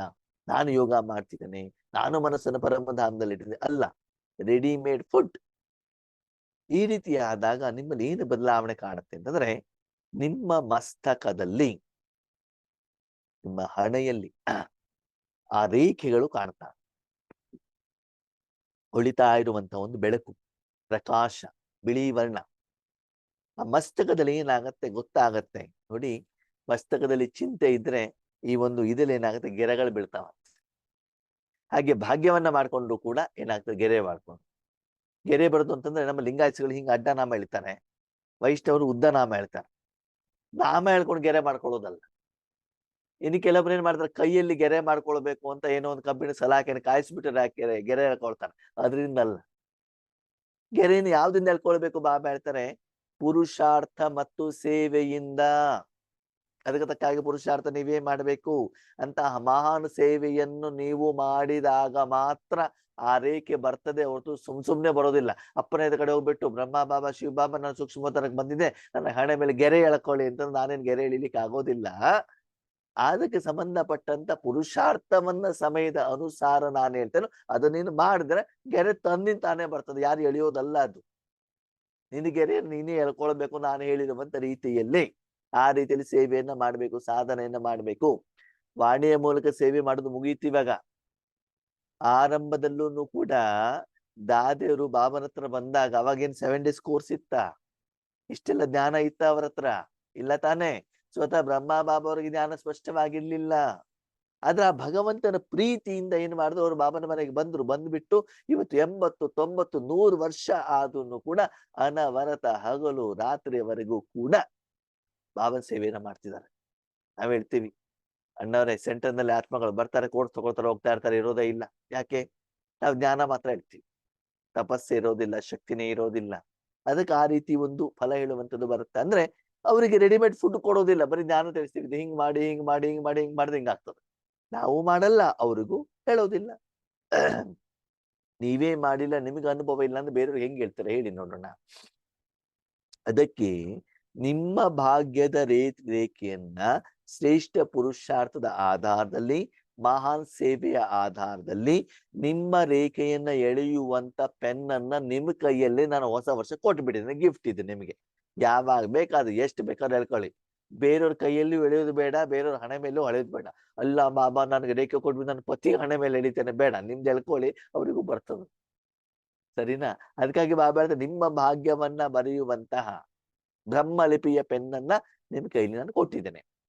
ಆವಾಗ ಅದರ ಆಧಾರದಲ್ಲಿ ಎಷ್ಟು ಪುರುಷಾರ್ಥ ಮತ್ತು ಸೇವೆಯ ಪ್ರಾರಬ್ಧ ಬರ್ತಾ ಹೋಗ್ತದೋ ಅಷ್ಟು ಆ ಒಂದು ಹಣೆಯಲ್ಲಿ ಚಿಂತೆ ಎಳೆದು ಹೋಗ್ಬಿಟ್ಟು ನಿಶ್ಚಿಂತತೆ ಹೇಳುವಂಥದ್ದು ಬರ್ತದೆ. ಎಷ್ಟು ನೀವು ಭಗವಂತನ ಜೊತೆಗೆ ಈ ಮಹಾನ ಕಾರ್ಯದಲ್ಲಿ ಜೋಡಣೆ ಆಗಿರ್ತೀರೋ, ನಿಮ್ಮ ಕಣ್ಣಿನ ಮೂಲಕ ಏನಾಗ್ತದೆ, ಸ್ನೇಹ ಮತ್ತು ಶಕ್ತಿ. ಎದುರುಗಡೆ ಇರುವಂತ ಸ್ನೇಹಿತನ ರೂಪದಲ್ಲಿ, ನನಗಿಂತ ಚಿಕ್ಕವರು ಅಲ್ಲ, ಹೊಸದಾಗಿ ಬಂದಿದ್ದಾರೆ ಅಲ್ಲ, ಸರಿಸಮಾನವಾಗಿ ಸ್ನೇಹಿತರ ರೂಪದಲ್ಲಿ ಅವರಿಗೆ ಶಕ್ತಿಯನ್ನು ಕೊಡಬೇಕು, ಅವರಿಗೆ ಪಾಲನೆ ಮಾಡಬೇಕು, ಅವರಿಗೆ ಪ್ರೀತಿ ಕೊಡಬೇಕು, ಅವರನ್ನ ಮುಂದುವರಿಸಬೇಕು, ಅವ್ರ ಸಮಸ್ಯೆಗಳಿಗೆ ನಾನು ಸಮಾಧಾನವನ್ನ ಕೊಡಲಿಕ್ಕೆ ನಿಮಿತ್ತವಾಗ್ಬೇಕು. ಹೀಗೆ ಆ ಕಣ್ಣನ್ನ ನೋಡಿದಾಗ ಆತ್ಮೀಯತೆ, ನನ್ನತನ ಹೇಳುವಂತ ಭಾವ, ಸಹಾಯ ಮಾಡಬೇಕು ಹೇಳುವಂತ ಒಂದು ಮನೋಭಾವ, ಆ ಒಂದು ಆಸಕ್ತಿ, ಶುಭ ಭಾವನೆ ನಿಮ್ಮ ಮನಸ್ಸಿನಲ್ಲಿ ಇರಬೇಕು. ನಿಮ್ಮ ಕಣ್ಣಿನ ಮೂಲಕ ಅವರಿಗೆ ಅದು ಅನ್ಸ್ಬೇಕು. ಆ ರೀತಿ ಸ್ನೇಹ ಮತ್ತು ಶಕ್ತಿ ಹೊರಗಡೆ ಬರ್ತಾ ಇರ್ಬೇಕು. ಇನ್ನು ಮುಖದಲ್ಲಿ ಸದಾ ಕಾಲ ಭಗವಂತನ ಜೊತೆಗೆ ಜೋಡಣೆಯಾಗಿ ಮಧುರವಾದಂತ ಮಾತುಗಳು, ಭಗವಂತನ ಜ್ಞಾನದ ವಿಚಾರ, ಯಾವುದೇ ಮಾತನಾಗ್ಲಿ ಅದ್ರಲ್ಲಿ ಭಗವಂತನ ಒಂದು ಮಿಠಾಸ್ ಅಂತ ಹೇಳ್ತಾನೆ, ಮಧುರತೆ ಇರ್ಬೇಕಾಗ್ತದೆ. ಎರಡೇ ಮಾತನ್ನ ಹೇಳಿ, ವರದಾನದ ಮಾತಾಗಿರ್ಲಿ, ಅವ್ರಿಗೆ ಸಂತೃಪ್ತ ಕೊಡುವಂತ ಮಾತಾಗಿರ್ಲಿ. ಇಲ್ಲಿ ಮುಖ ಅಂತಂದ್ರೆ ಕೇವಲ ಶರೀರದ ಮುಖ ಅಲ್ಲ, ಮನಸ್ಸಿನಿಂದನೂ ಕೂಡ ಬಾಬಾ ಆತ್ಮನಿಗೆ ಒಳ್ಳೇದ್ ಮಾಡು, ಆತ್ಮಿಕವಾಗಿ ಭಗವಂತನ ಪರಿಚಯವನ್ನ ಕೊಡು, ನಿನ್ನ ಸುಖದ ಅನುಭೂತಿಯನ್ನ ಮಾಡಿಸು, ಸದಾಕಾಲ ಮನಸ್ಸಿನ ಮುಖದಿಂದನೂ ಕೂಡ ಅವರಿಗೆ ಒಳ್ಳೆಯದಾಗುವಂತ ಮಧುರವಾದಂತ ಮಹಾವಾಕ್ಯಗಳು, ವಾಣಿ. ಇನ್ನು ಅದಾದ್ಮೇಲೆ ಏನ್ ಬರ್ತದೆ, ತುಟಿ ಬರ್ತದೆ. ತುಟಿಯಲ್ಲಿ ಸದಾ ಆತ್ಮೀಯತೆ ಇದೆ, ಮುಗುಳ್ನಗೆ ಇರ್ಬೇಕೆ ಹೊರತು ಲಿಪ್ಸ್ಟಿಕ್ ಏನ್ ಮುಗುಳ್ನಗೆ ಅಲ್ಲ. ಆತ್ಮೀಯ ಖುಷಿ ಇರಬೇಕು, ಓಕೆನಾ? ಶ್ರೀಮಂತಿಕೆ ಶಾರೀರಿಕವಾಗಿ, ಅದು ಬ್ಯೂಟಿ ಪಾರ್ಲರ್ ಎಂದು ಅದರದಲ್ಲ. ಯಾವುದು? ಅಥವಾ ಜೋಕ್ಸ್ ಇಂದಾಗ್ಲಿ, ಇವತ್ತು ಹಬ್ಬ ಓದ್ಬಿಟ್ಟಿದೆ ಅಣ್ಣವ್ರೆ, ಹ್ಯಾಪಿ ನ್ಯೂ ಇಯರ್ ಅಣ್ಣವ್ರೆ, ಸೆಂಟರ್ ನಲ್ಲಿ ಕೇಕ್ ಕೊಟ್ಬಿಟ್ಟಿದ್ದಾರೆ, ಅದಲ್ಲ. ಅದು ಆತ್ಮೀಯತೆ, ಆ ಆತ್ಮಿಕ ಶಕ್ತಿ ಮುಖದಲ್ಲಿ ಮುಗುಳ್ನಗು. ನೀವು ದೇವತೆಗಳ ಮುಖವನ್ನ ನೋಡಿ, ಲಕ್ಷ್ಮೀನಾರಾಯಣರ ಮುಖವನ್ನ ನೋಡಿ, ಹೇಗಿರ್ತದದು? ಅದು ಶರೀರ ಸುಂದರ ಸೌಂದರ್ಯ ಮಾಡಿರೋ ಮುಗುಳ್ನಗೆನ ಅದು? ಅಲ್ಲ ತಾನೇ? ಆತ್ಮೀಯತೆ ಮುಗುಳ್ನಗೆ. ನೀವು ಪ್ರಕಾಶ್ ಮಣಿ ದಾದಿಯವರ ಮುಖವನ್ನ ನೋಡಿ, ಶಿವಾನಿ ಬೆಹನವರ ಮುಖವನ್ನ ನೋಡಿ, ಏನಿರ್ತದಲ್ಲಿ? ಒಳಗಡೆಗಿರುವಂತ ಆತ್ಮಿಕ ಸಂಪಾದನೆ ಏನು ಜಮಾ ಮಾಡಿದೆ ಅದರ ಜೊತೆಗೆ ಜೋಡಣೆ ಆಗಿರ್ತದದು. ನಿರಾಕಾರವಾದ ಶಕ್ತಿಯ ಜೊತೆ ಜೋಡಣೆಯಾಗಿ ಅದರ ಒಂದು ಸುಖ, ಅದರ ಒಂದು ಸಂತೃಪ್ತತೆ, ಅದರ ಒಂದು ಆನಂದದ ಮುಗುಳ್ನಗೆ ಮುಖದ ಮೂಲಕ ಬೇರೆಯವರಿಗೆ ಗೋಚರವಾಗ್ತಾ ಇರ್ತದೆ. ನಾವು ನೋಡ್ತೀವಿ, ಯಾವ್ದೋ ಒಂದು ಮಗು ಫಸ್ಟ್ ರ್ಯಾಂಕ್ ಬಂದ್ಬಿಡ್ತು, ಸ್ಪೋರ್ಟ್ಸ್ ಅಲ್ಲಿ ಫಸ್ಟ್ ಬಂದ್ಬಿಡ್ತು, ಎಷ್ಟು ಖುಷಿ ಆಗತ್ತೆ ಅದಕ್ಕೆ. ಯಾರಿಗೋ ಒಂದು ಜಾಬ್ ಸಿಕ್ಕಿದಾಗ, ಪ್ರಮೋಷನ್ ಸಿಕ್ಕಿದಾಗ, ಲಾಟ್ರಿ ಸಿಕ್ಕಿದಾಗ ಎಷ್ಟು ಖುಷಿ ಆಗ್ತದೆ. ಯಾವುದೋ ಒಂದು ಕೆಲಸ ಸಹಜವಾಗಿ ಆದಾಗ ಎಷ್ಟು ಖುಷಿ ಆಗತ್ತೆ. ಹಾಗೆ ಆತ್ಮಿಕ ಸಂಪಾದನೆಯ ಜೊತೆಗೆ ಜೋಡಣೆಯಾಗಿ ಆ ಮುಖದಿಂದ ಆ ಆತ್ಮೀಯ ಸಂಪಾದನೆ ಝಲಕ್ ಹೇಳುವಂಥದ್ದು ಹೊರಗಡೆಗೆ ತುಟಿಯ ಮೂಲಕ ಗೊತ್ತಾಗ್ತಾರೆ. ಇನ್ನು ಹೃದಯದಲ್ಲಿ ಯಾರಿರ್ತಾರೆ? ಚಿಕ್ಕ ಮಕ್ಳು ಇರ್ತಾರಲ್ಲ, ತಂದೆಯ ಪ್ರೀತಿಯಲ್ಲೇ ಮುಳುಗೋಗಿರ್ತಾರೆ. ನಾನು ಮತ್ತು ಬಾಬಾ ಅಷ್ಟೇ, ಬೇರೆ ಏನು ಬೇಡ ಅವರಿಗೆ. ಭಗವಂತನೇ ಸರ್ವಸ್ವ, ಭಗವಂತನೇ ಸರ್ವ ಸಂಬಂಧ. ಭಗವಂತನ ಹತ್ರನೇ ಮಾತಾಡೋದು, ಭಗವಂತನ ಜೊತೆ ಜಗಳ ಮಾಡೋದು, ಭಗವಂತನ ಜೊತೆ ಅಳೋದು, ಭಗವಂತನ ಜೊತೆಗೆ ಡ್ಯಾನ್ಸ್ ಮಾಡೋದು. ಸೆಟ್ ಮಗು ಯಾರ ಜೊತೆಗೆ ಇರ್ತದೆ ಹೇಳಿ ನೋಡೋಣ? ಸಣ್ಣ ಮಗು ತನ್ನ ಎಲ್ಲವನ್ನ, ತನ್ನ ತನುವನ್ನ ತಾಯಿಗೆ ಅರ್ಪಣೆ ಮಾಡಿ ತಾಯಿ ಏನು ಕೊಡ್ತಾಳೆ ಅದನ್ನು ಸ್ವೀಕಾರ ಮಾಡ್ತಾ ಇರ್ತಾಳೆ. ಹಾಗೆ ಹೃದಯದಲ್ಲಿ ಸದಾ ತಂದೆಯ ಪ್ರೀತಿಯಲ್ಲೇ ಮುಳುಗೋಗಿರುವಂಥದ್ದು. ಬಂಗಾರ ಬೇಕು, ಅದು ಬೇಕು, ಇದು ಬೇಕು, ಮತ್ತೊಂದು ಬೇಕು, ಅದು ಯಾವುದೇ ಇಚ್ಛೆಗಳು ಇರಬಾರದು. ಇನ್ನು ಕೈಯಲ್ಲಿ ಸಂಪನ್ನತೆ, ಮತ್ತೇನು ಬೇಡ. ಹಿಂಗಿರ್ಬೇಕು ಹೊರತು ಹಿಂಗಿರಬಾರ್ದು. ಬಾಬಾ ಶಾಂತಿ ಕೊಡು, ಬಾಬಾ ಸುಖ ಕೊಡು, ಬಾಬಾ ಇದಕ್ಕ ದೂರ ಮಾಡು, ಬಾಬಾ ಮನೆ ಹಿಂಗ್ ಮಾಡ್ತಾರೆ, ಮಕ್ಕಳ ಮಾತು ಕೇಳೋದಿಲ್ಲ. ಇದಕ್ಕೆ ಸಂಪನ್ನತೆ ಅಂತ ಹೇಳ್ತಾರ? ಮಳೆ ಶಾರೀರಿಕವಾಗಿ ಬಡವರಾಗಿರಬಹುದು, ಆದ್ರೆ ಸದಾ ಕಾಲ ತುಂಬಿರುವಂತ ಕೊಡ, ಸದಾ ಕಾಲ ಕೊಡಬೇಕು. ಏನು? ಜ್ಞಾನ ಇದೆ, ಶಕ್ತಿಗಳಿದ್ದಾವೆ, ಗುಣಗಳಿದ್ದಾವೆ, ವಿಶೇಷತೆಗಳು. ಸದಾ ಕೊಡಬೇಕು. ದಾತಾ ಭಾವ್ ಕೈಯಲ್ಲಿ ಸದಾ ಕಾಲ ಕೊಡುವಂತ ಒಂದು ಭಾವನೆ ಯಾರು ಕೊಡ್ತಾರೆ ಹೇಳಿ ನೋಡೋಣ? ಮನೇಲಿ ಯಾರಾದ್ರೂ ಬಂದ್ರೆ, ಮನೇಲಿ ಮಾಡಿರುವಂತ ಅಡಿಗೆ ಹೆಚ್ಚಿಗೆ ಇದ್ರೆ ತಾನೇ ನೀವು ಕೊಡ್ಲಿಕ್ಕೆ ಆಗತ್ತೆ. ನಿಮ್ಮ ಹೊಟ್ಟೆನೆ ಅರ್ಧ ಆಗಿದ್ದಿದ್ರೆ, ಹಸಿವಿನಿಂದ ನೀವೆಲ್ಲಿಂದ ಕೊಡ್ತೀರಿ? ನೀವೆಂದ ಹಸಿವಿನಿಂದಿದ್ರೆ ಎದ ಕಡೆ ಬಂದವ್ರು ಚೀಲ ನೋಡ್ತೀರಿ, ಎಂತಂದಿದ್ದಾರೆ ಇವರು ಅಂತ ಅಲ್ವಾ? ಹಾಗೆ ಇವತ್ತು ಬಾಬಾ ಹೇಳ್ತಾರೆ, ನಾವ್ ಯಾರಿಗಾದ್ರು ಸೇವೆ ಮಾಡ್ತಾ ಅವ್ರು ನಮ್ಗೇನ್ ಕೊಡ್ತಾರೆ? ಹೊಗಳ್ತಾರ? ಗಿಫ್ಟ್ ಕೊಡ್ತಾರ? ಹಣ ಕೊಡ್ತಾರ? ನಮ್ಗೇನು ಕೊಡ್ತಾರೆ? ಅದನ್ನ ನಾವ್ ಯೋಚನೆ ಮಾಡ್ತೀವಿ. ಬಾಬಾ ಹೇಳ್ತಾರೆ, ತಗೊಳ್ದಿದ್ದು ಒಬ್ಬ ಬಾಬಾನ ಹತ್ರ ತಗೊಳ್ಳಿ. ಯಾರ ತರದ್ದು ತಗೊಂಡ್ರೆ ಇಷ್ಟು ವರ್ಷ ತಗೊಂಡ್ ಸಾಲ ಮಾಡ್ಕೊಂಡಿದ್ ಮತ್ತೆ ಸಾಲ ಆಗತ್ತೆ. ಇವಾಗ ಅವ್ರ ಹತ್ರ ತಗೊಂಡು ಕೂಡ ಅವ್ರು ಏನು ಕೊಡ್ತಾರೆ ಹೇಳಿ? ತಂದೆ ಹತ್ರ ತಗೊಂಡಿರೋದನ್ನ ತಾನೇ ಕೊಡ್ತಾರೆ.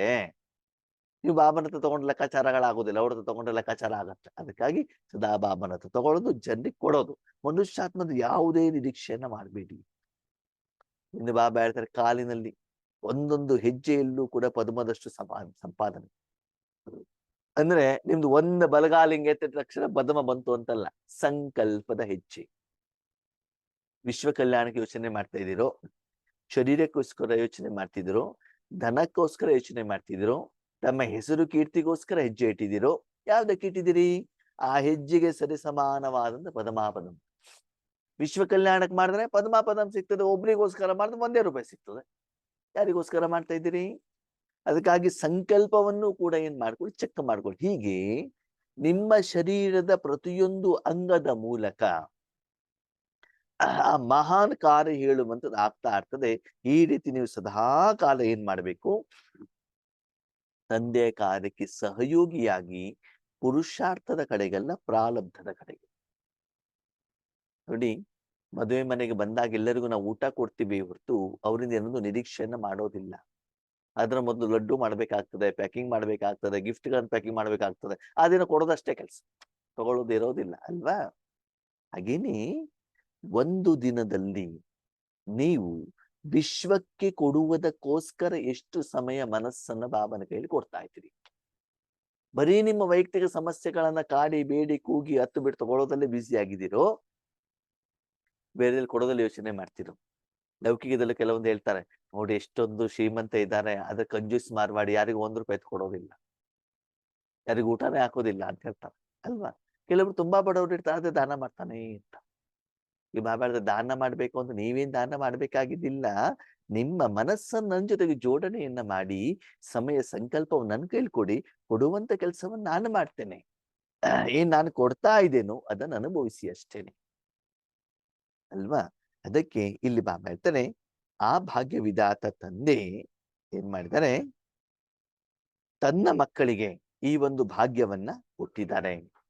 ಅದನ್ನ ನಾವೇನ್ ಮಾಡ್ಬೇಕು, ಪುರುಷಾರ್ಥದಿಂದ ಮತ್ತು ಶ್ರೇಷ್ಠ ಕರ್ಮದ ಪೆನ್ನಿನಿಂದ ನಮ್ಮ ಭಾಗ್ಯವನ್ನು ನಾವು ರೆಡಿ ಮಾಡ್ಕೊಳ್ಬೇಕಾಗ್ತದೆ.